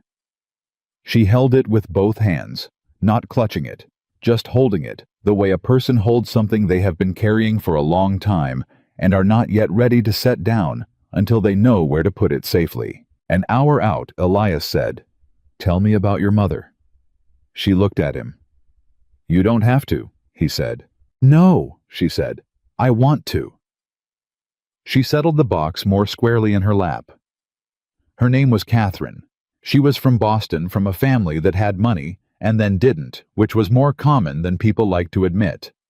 She married my father when she was 21, because he was charming and ambitious, and full of certainty, and she mistook certainty for strength. She paused. She wasn't wrong about everything. He was strong in his way, but his strength was the kind that moves toward what it wants and simply doesn't acknowledge what it costs. Did she love him? She loved what he was before he had enough to protect, Amelia said. When you have nothing to protect, you're free to be generous. Once he had something, the company, the position, the name, the generosity went somewhere else. Into the protecting. She was quiet for a moment. She was ill for the last 2 years. Not dramatically, just diminished. The way people diminish when the life they expected and the life they have diverge too far for too long. She looked at the horizon. She told me 3 weeks before she died that the trust was the only thing she had ever done entirely for me, that she had made sure it was structured to give me a way out if I ever needed one. She paused. She knew. She knew what he was capable of, and she built me a door. Elias was quiet for a while. She sounds like a woman who thought ahead, he said. She was, Amelia said. I am a great deal like her, apparently. Several people have told me this. I take it as the finest thing I've ever been told. Another silence. Easier now. Clara, Amelia said. The woman who left. He looked at the road. You don't have to, she said, returning his own words to him. No, he said. It isn't a wound anymore. It was for a long time, but at some point it became just a thing that happened. He chose the words carefully. She didn't leave because she didn't care. She left because this life. He gestured vaguely at the landscape. The distance, the endless sky was not what she had imagined. She had imagined a ranch in the way people imagine things from the outside. Romantic, clean, significant. She arrived and found that it was work mostly. Hard, unglamorous, relentless work. He paused. She wasn't wrong to leave. She would have been miserable if she'd stayed, but I blamed myself for a long time for not being the version of this life that she had imagined. Amelia was looking at him. And then I stopped blaming myself, he said, and started just maintaining things, keeping the operation going, not expecting anything beyond the operational. Clean, she said. Clean, he agreed. He glanced at her. Not good. She held his gaze for a moment. No, she said quietly. Not good. The wagon moved through the middle hours of the morning, and the country opened up in the way Montana country did, vast and cold-edged and indifferent in the most magnificent way, the kind of landscape that made human problems feel appropriately sized, neither too large nor too small. Just the normal dimensions of lives being lived. They stopped at midday to rest the horses and eat what Amelia had packed: bread and cold meat, and 2 apples, practical and sufficient. They sat on opposite sides of the wagon's dropped tailgate. I've been thinking, she said, about what happens after. After Helena. After all of it, she said. After Marsh files, and Briggs contests the easement, and whatever the federal investigation does to my father's situation. She looked at the apple in her hand. I have thought about this entire journey as destination getting to the safe place, securing the ground. I haven't thought much about what comes after the securing. He looked at her. What do you want to come after? He said. She was quiet for a long moment. I want to wake up in the morning, she said, and know that the day is mine, that what I do with it is chosen, not managed, not arranged, not decided by someone who considers themselves responsible for my outcomes. She turned the apple in her hands. I want to learn this land. I want to know every fence line and every water source and what the sky looks like before snow and after rain. I want to understand this operation the way you understand it. She paused. I want to stay. The word landed between them simply, not dramatically, not as a declaration, as a fact stated by a woman who had spent her life having facts about her managed and was practicing the particular necessary discipline of stating them plainly. Elias looked at her for a moment. Then stay, he said, as simply as she had said it. She looked at him. That's it, she said. What else should there be? She looked at him for another moment, and something in her face shifted not into softness because she was not a soft woman, and did not intend to become one, but into something open, something undefended. The expression of a person who has put down something heavy and is standing straight for the first time in a long while. "You're a strange man, Elias Carter," she said. "So I've been told," he said. She almost smiled. She looked away before it fully formed. They hitched the horses and drove on. Helena was loud after weeks of ranch silence, the noise of a territorial capital carts and voices, and the industrial clatter of a city that was still deciding what it intended to be. Edward Marsh's office was on the second floor of a narrow building near the Civil Affairs Court. He was a small man, precise, and white-haired, with the look of someone who had spent decades winning arguments through sheer organizational superiority and had the filing system to prove it. He stood when Amelia came in. He looked at her for a moment, not assessing, not professional. The look of a man who had known her mother and was seeing Catherine Hartwell in the set of the eyes and the line of the jaw, and was quietly, privately moved by it. "Miss Hartwell," he said, and then corrected himself immediately. "Mrs. Carter." "Mr. Marsh," she said. She put the locked box on his desk. He looked at it, then at her, then at Elias standing in the doorway. "This is my husband," she said. "He knows everything." Marsh looked at Elias for a moment. The look of a man conducting a rapid experienced assessment. Whatever he found seemed to satisfy him. "Sit down," he said. "Both of you." He went to the box and opened it with the key she handed him. "We have a great deal to cover, and I have an appointment with the federal civil affairs judge at 9 tomorrow morning." He began sorting through the documents with the efficient reverence of a man handling things that mattered. He stopped at the merger contract, read the line about Amelia as a business asset, set it down with the deliberate care of a man containing a reaction he would express differently in private. "Your father," he said to Amelia very quietly, "underestimated you." "Yes," she said. "He did." Marsh picked up the next document. "Let's begin," he said. They worked until past midnight, the three of them, Marsh with his files, Amelia with her documents, Elias with his account of the events at the ranch, the easement Stone Hale Briggs filings, the whole interlocking architecture of what had been built against them. Marsh's clerk came in at 10 with coffee and more paper and went out again. At midnight, Marsh sat back in his chair. "The federal civil affairs judge is a man named Horatio Webb," he said. "He has been building a case against Hartwell's trust manipulation for 14 months. What you have brought me tonight," he looked at the organized stack in front of him, "specifically the merger contract and the correspondence about compliance, is the documentary evidence he has been missing. The evidence that connects the financial fraud to coercive personal action." He looked at Amelia steadily. "You understand what this means?" "It means the investigation becomes public record," she said. "It means your father will face federal charges," Marsh said. "Not a private family dispute. Federal fraud and civil coercion charges." He paused. "It will be significant, public. There will be no quiet resolution." Amelia looked at the stack of documents on Marsh's desk. Everything she had carried. Every letter, every page, every careful word her mother's careful lawyer had written. Every piece of evidence she had taken from her father's desk in the dark in the last hours before she walked out of that house and did not look back. "I know," she said. "Are you certain?" Marsh said, not pressuring, confirming. She looked at Elias. He said nothing. He did not nod, did not encourage, did not prompt.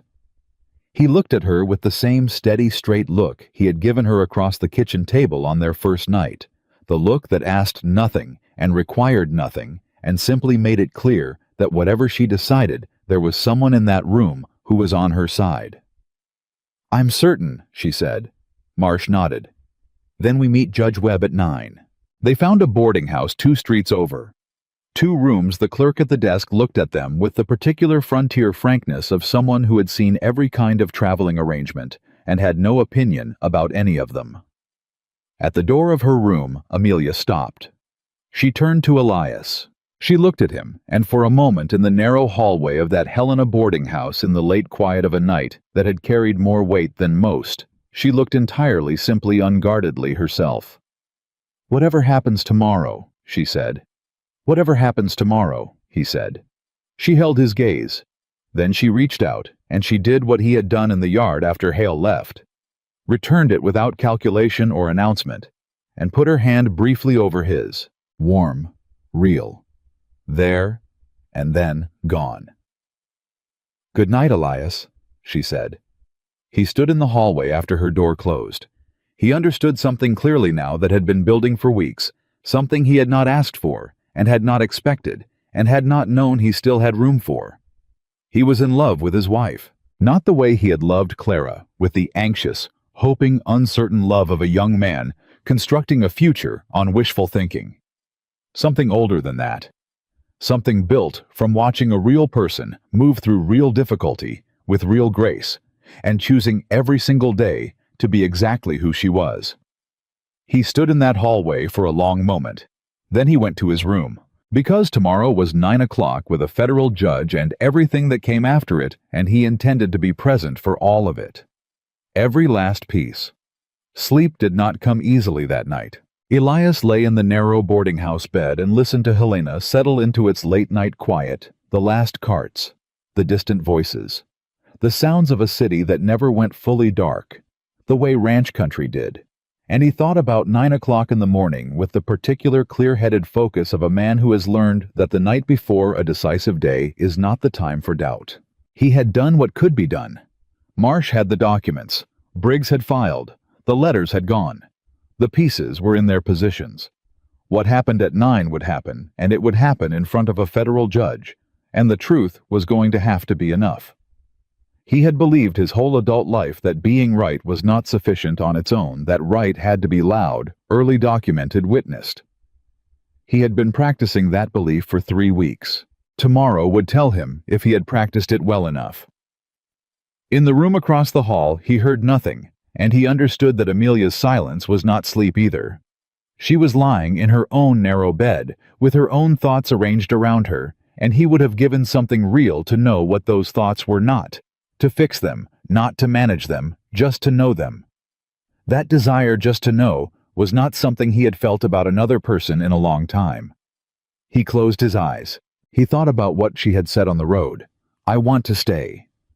2 words, plain and factual, and the plainness of them was what had struck him most.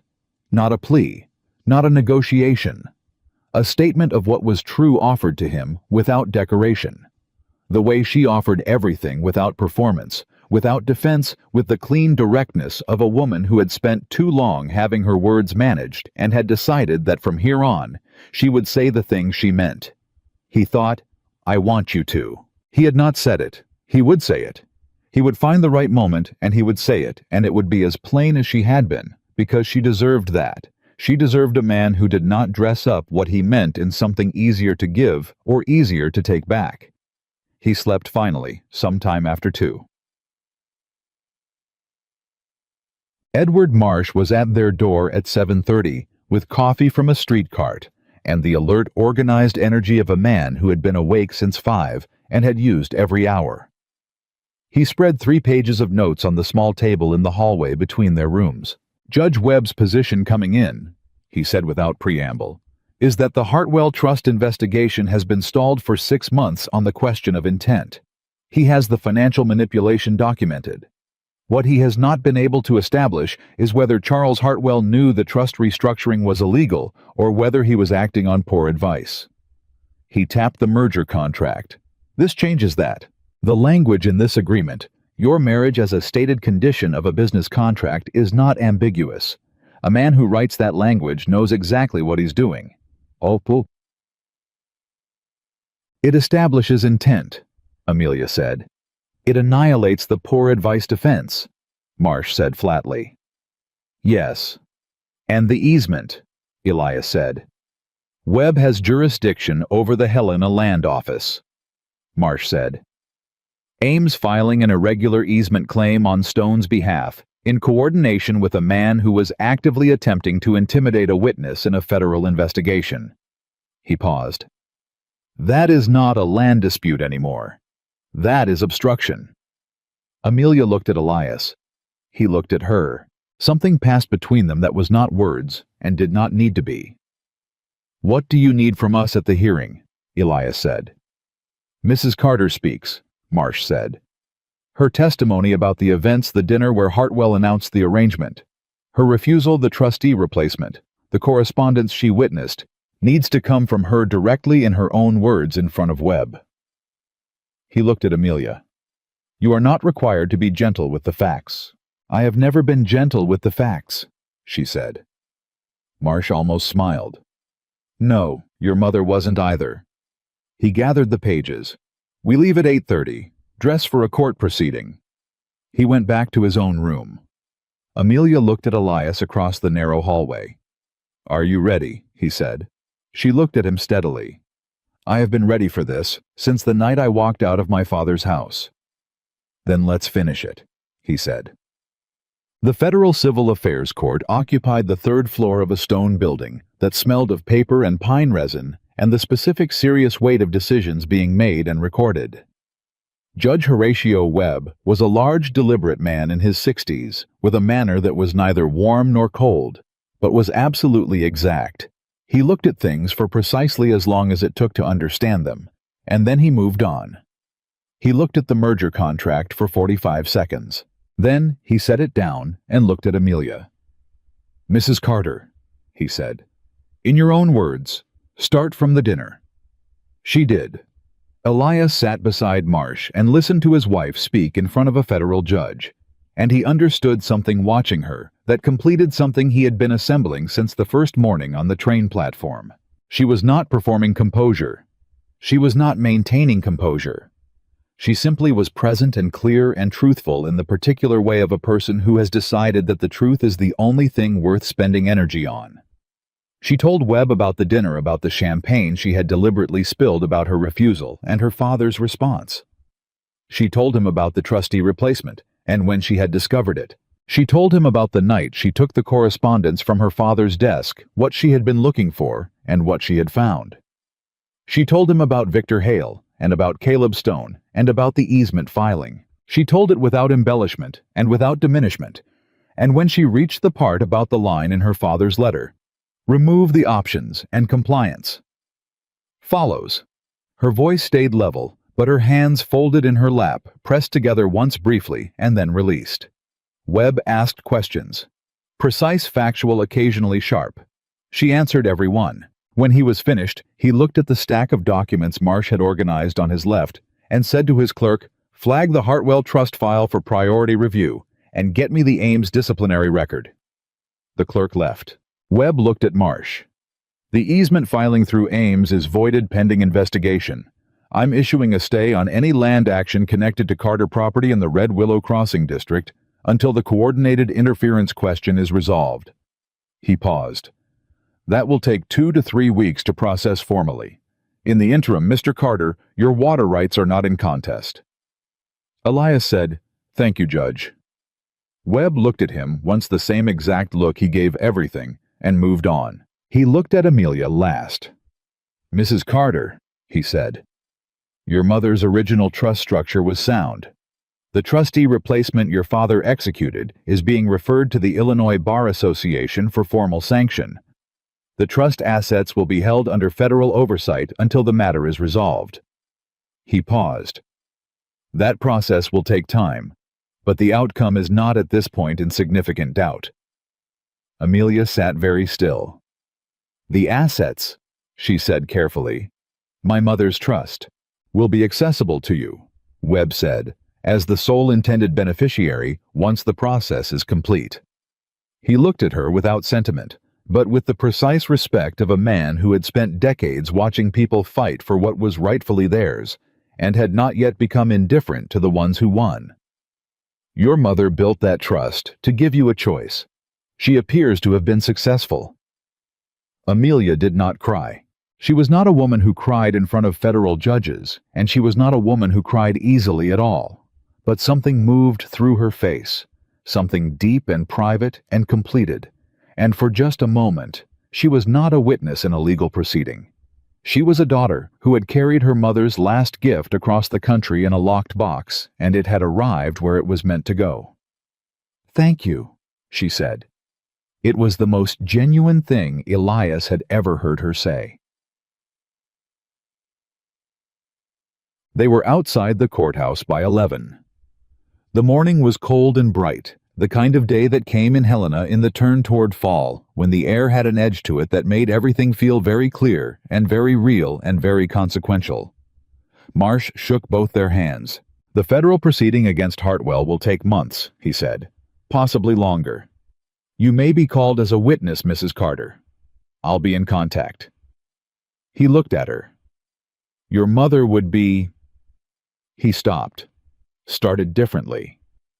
"She would be very satisfied." Amelia looked at him. "Thank you, Edward, for staying with this." "She asked me to look after you," he said simply. "I was late, but I am thorough." He walked back into the building.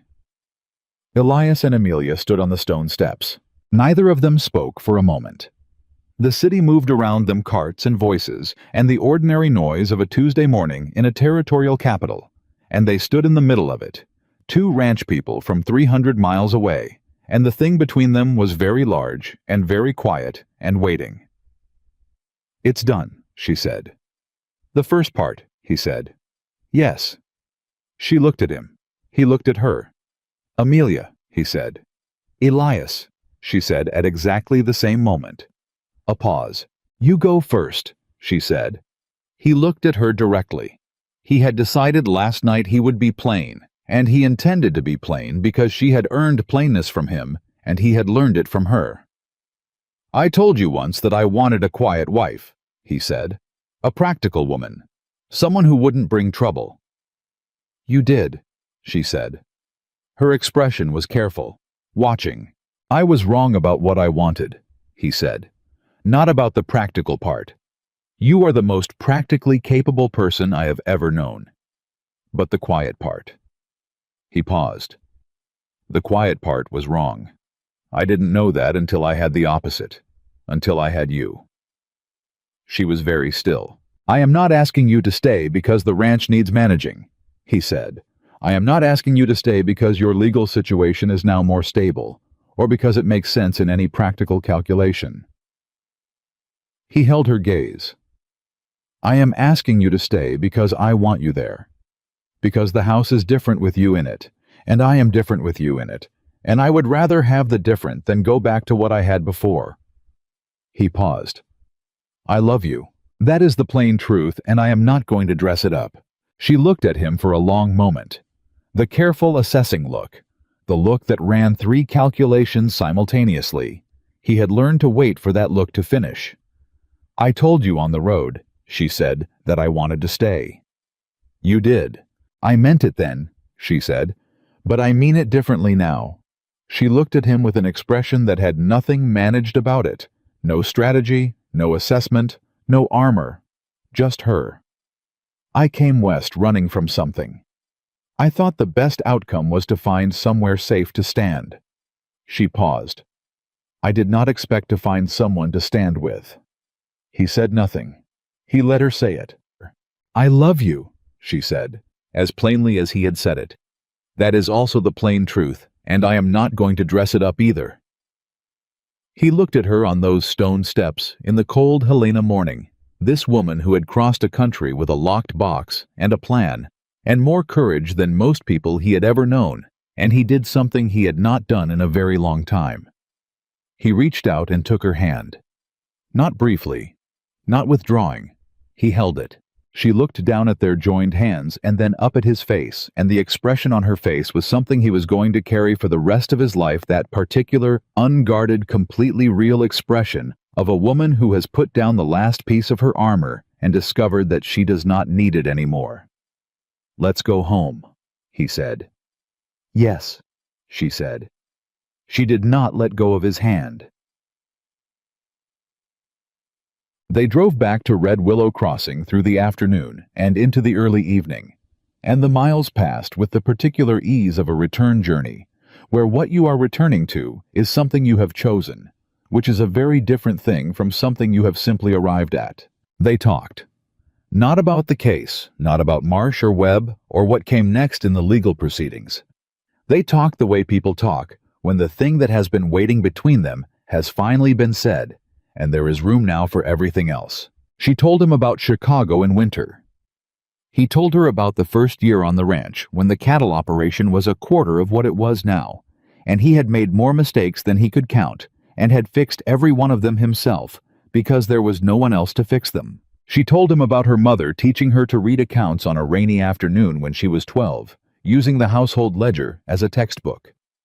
He told her about his father, who had died when Elias was 19, who had been a hard man and a fair one, and had never once told Elias he was proud of him, but had built the original 100 acres in a way that made it clear he intended something lasting.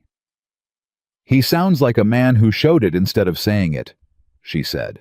"Yes," Elias said. "For a long time I thought that was enough. That showing was the same as saying." He paused. "I don't think that anymore." She was quiet for a moment. "No," she said. "Showing matters. But saying it too that matters. Being told directly. It's not weakness to need to hear it said." He looked at the road. "You needed to hear it said," he said. "My whole life," she said. "Yes." "Then I'll say it," he said. "As often as it's true, which will be frequently." She looked at him. Then she did something he had not seen her do, not once in the weeks he had known her. She laughed. It was not a polite laugh or a social laugh. It was a real one, short and genuine, and startled out of her the laugh of a woman who had been so careful for so long that real laughter had become a surprise. The sound of it hit him somewhere in the chest and lodged there. He smiled. He let it form completely this time. He did not stop it. She saw it. "You're smiling," she said. "I smile occasionally. I haven't seen it before." "You haven't given me enough cause before," he said. She shook her head, but she was still smiling herself that same surprised, real, unmanaged smile, and the road stretched ahead of them in the last light of the afternoon, and the Montana sky above it was the color of something between gold and gray, and the horses moved steadily, and the wagon wheels turned, and the miles passed. They arrived back at the ranch as the last light was going. Dob was in the yard when they came in because Dob was always in the yard, and he looked at them coming in together on the wagon seat and took in whatever it was that a man like Dob takes in when he looks at two people and reads the air between them, and he said nothing except, "Cattle are fine. East fence held. Hector's horse threw a shoe. Got it fixed." "Good," Elias said. "Good," Dob said. He looked at Amelia. "Everything go the way it needed to?" "Yes," she said. "It did." Dob nodded once. "Good," he said again and went back to the bunkhouse. Hector came out, briefly saw them, said, "Welcome back," in a tone that held real warmth, and went to help with the horses. Young Pete waved from the bunkhouse doorway. Garrett tipped his hat. Elias unhitched the horses. Amelia took the locked box lighter somehow now that it had accomplished its purpose and carried it inside. When Elias came in from the barn, the kitchen lamp was lit. Amelia was at the stove, and the smell of coffee was in the air, and the kitchen was warm after the cold of the road, and she turned when he came in the door the way a person turns when they're listening for a specific set of footsteps. He came to the kitchen table and sat down. She brought 2 cups, sat across from him, same table, same lamp, same 2 cups of coffee. Not the same people who had first sat here, not the man who had ordered silence, and the woman who was running, not the stranger, and the stranger not the 2 people being careful and watchful and separately alone. Something else now, something that had been built piece by piece over 5 weeks of hard work and harder honesty, of small gestures and large ones, of a hand over a hand, and words said plainly, and choices made clearly, and a locked box opened in front of a federal judge. Something that was real. "Victor Hale won't come back," she said. "No," he said. Not after Helena. My father will fight the federal case. He will, he said, and he'll lose.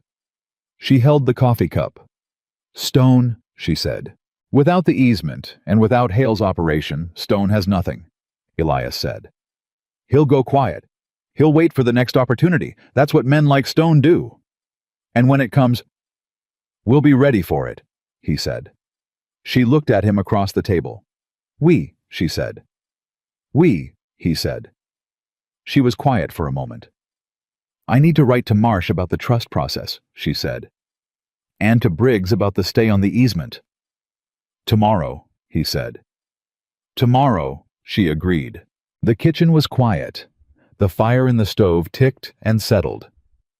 Outside the ranch was doing what it always did in the evening. The horses quiet, the hands in the bunkhouse, the cattle in the pasture, the enormous Montana dark coming down over everything with the patient completeness of a thing that has been doing this for 10,000 years and does not intend to stop. Inside the kitchen, a man and a woman sat across a table with 2 cups of coffee between them, and everything that needed to be said had been said, and everything that needed to be done had begun to be done. And the rest of it, the days and the seasons, and the long, hard, magnificent work of building a life was laid out ahead of them. Like the ranch road in the morning, clear and difficult and entirely theirs. Amelia set her cup down. She reached across the table. She touched his hand, not briefly this time, not the quick returning gesture of the boarding house hallway, but fully deliberately with the particular intention of a woman who knows her own mind and has decided to let it be known. He turned his hand over and held hers. I have one more thing to say, she said. He looked at her. I was wrong, she said, when I told myself that the best I could hope for was safe ground. She held his gaze. Safe ground is necessary, but it isn't enough. I know that now. She paused. You are not just safe ground, Elias. He looked at her across the lamplight. Neither are you, he said. They stayed like that for a moment, 2 people at a kitchen table, holding on in the house that had been empty and was not empty anymore, on the land that had been lonely and was not lonely anymore, in the life that had been clean and careful and closed, and was now wide open and full of fire. Not the fire that destroys. The fire that stays. The kind that you build deliberately, that you feed every day, that you tend through every cold season and dry summer that you keep burning. Not because you have to, but because you have chosen to, and the choosing, the daily, clear-eyed, unglamorous, magnificent choosing is the whole point. That was what they had built. That was what they kept. And in Red Willow, crossing Montana, in the fall of 1878, in a ranch house with a repaired east fence and a reorganized pantry, and a kitchen that smelled of coffee and wood smoke, and everything that had been earned, and nothing that had been given. Elias Carter and Amelia Hartwell. Carter chose each other plainly, fully, and without a single word left unsaid. That was enough.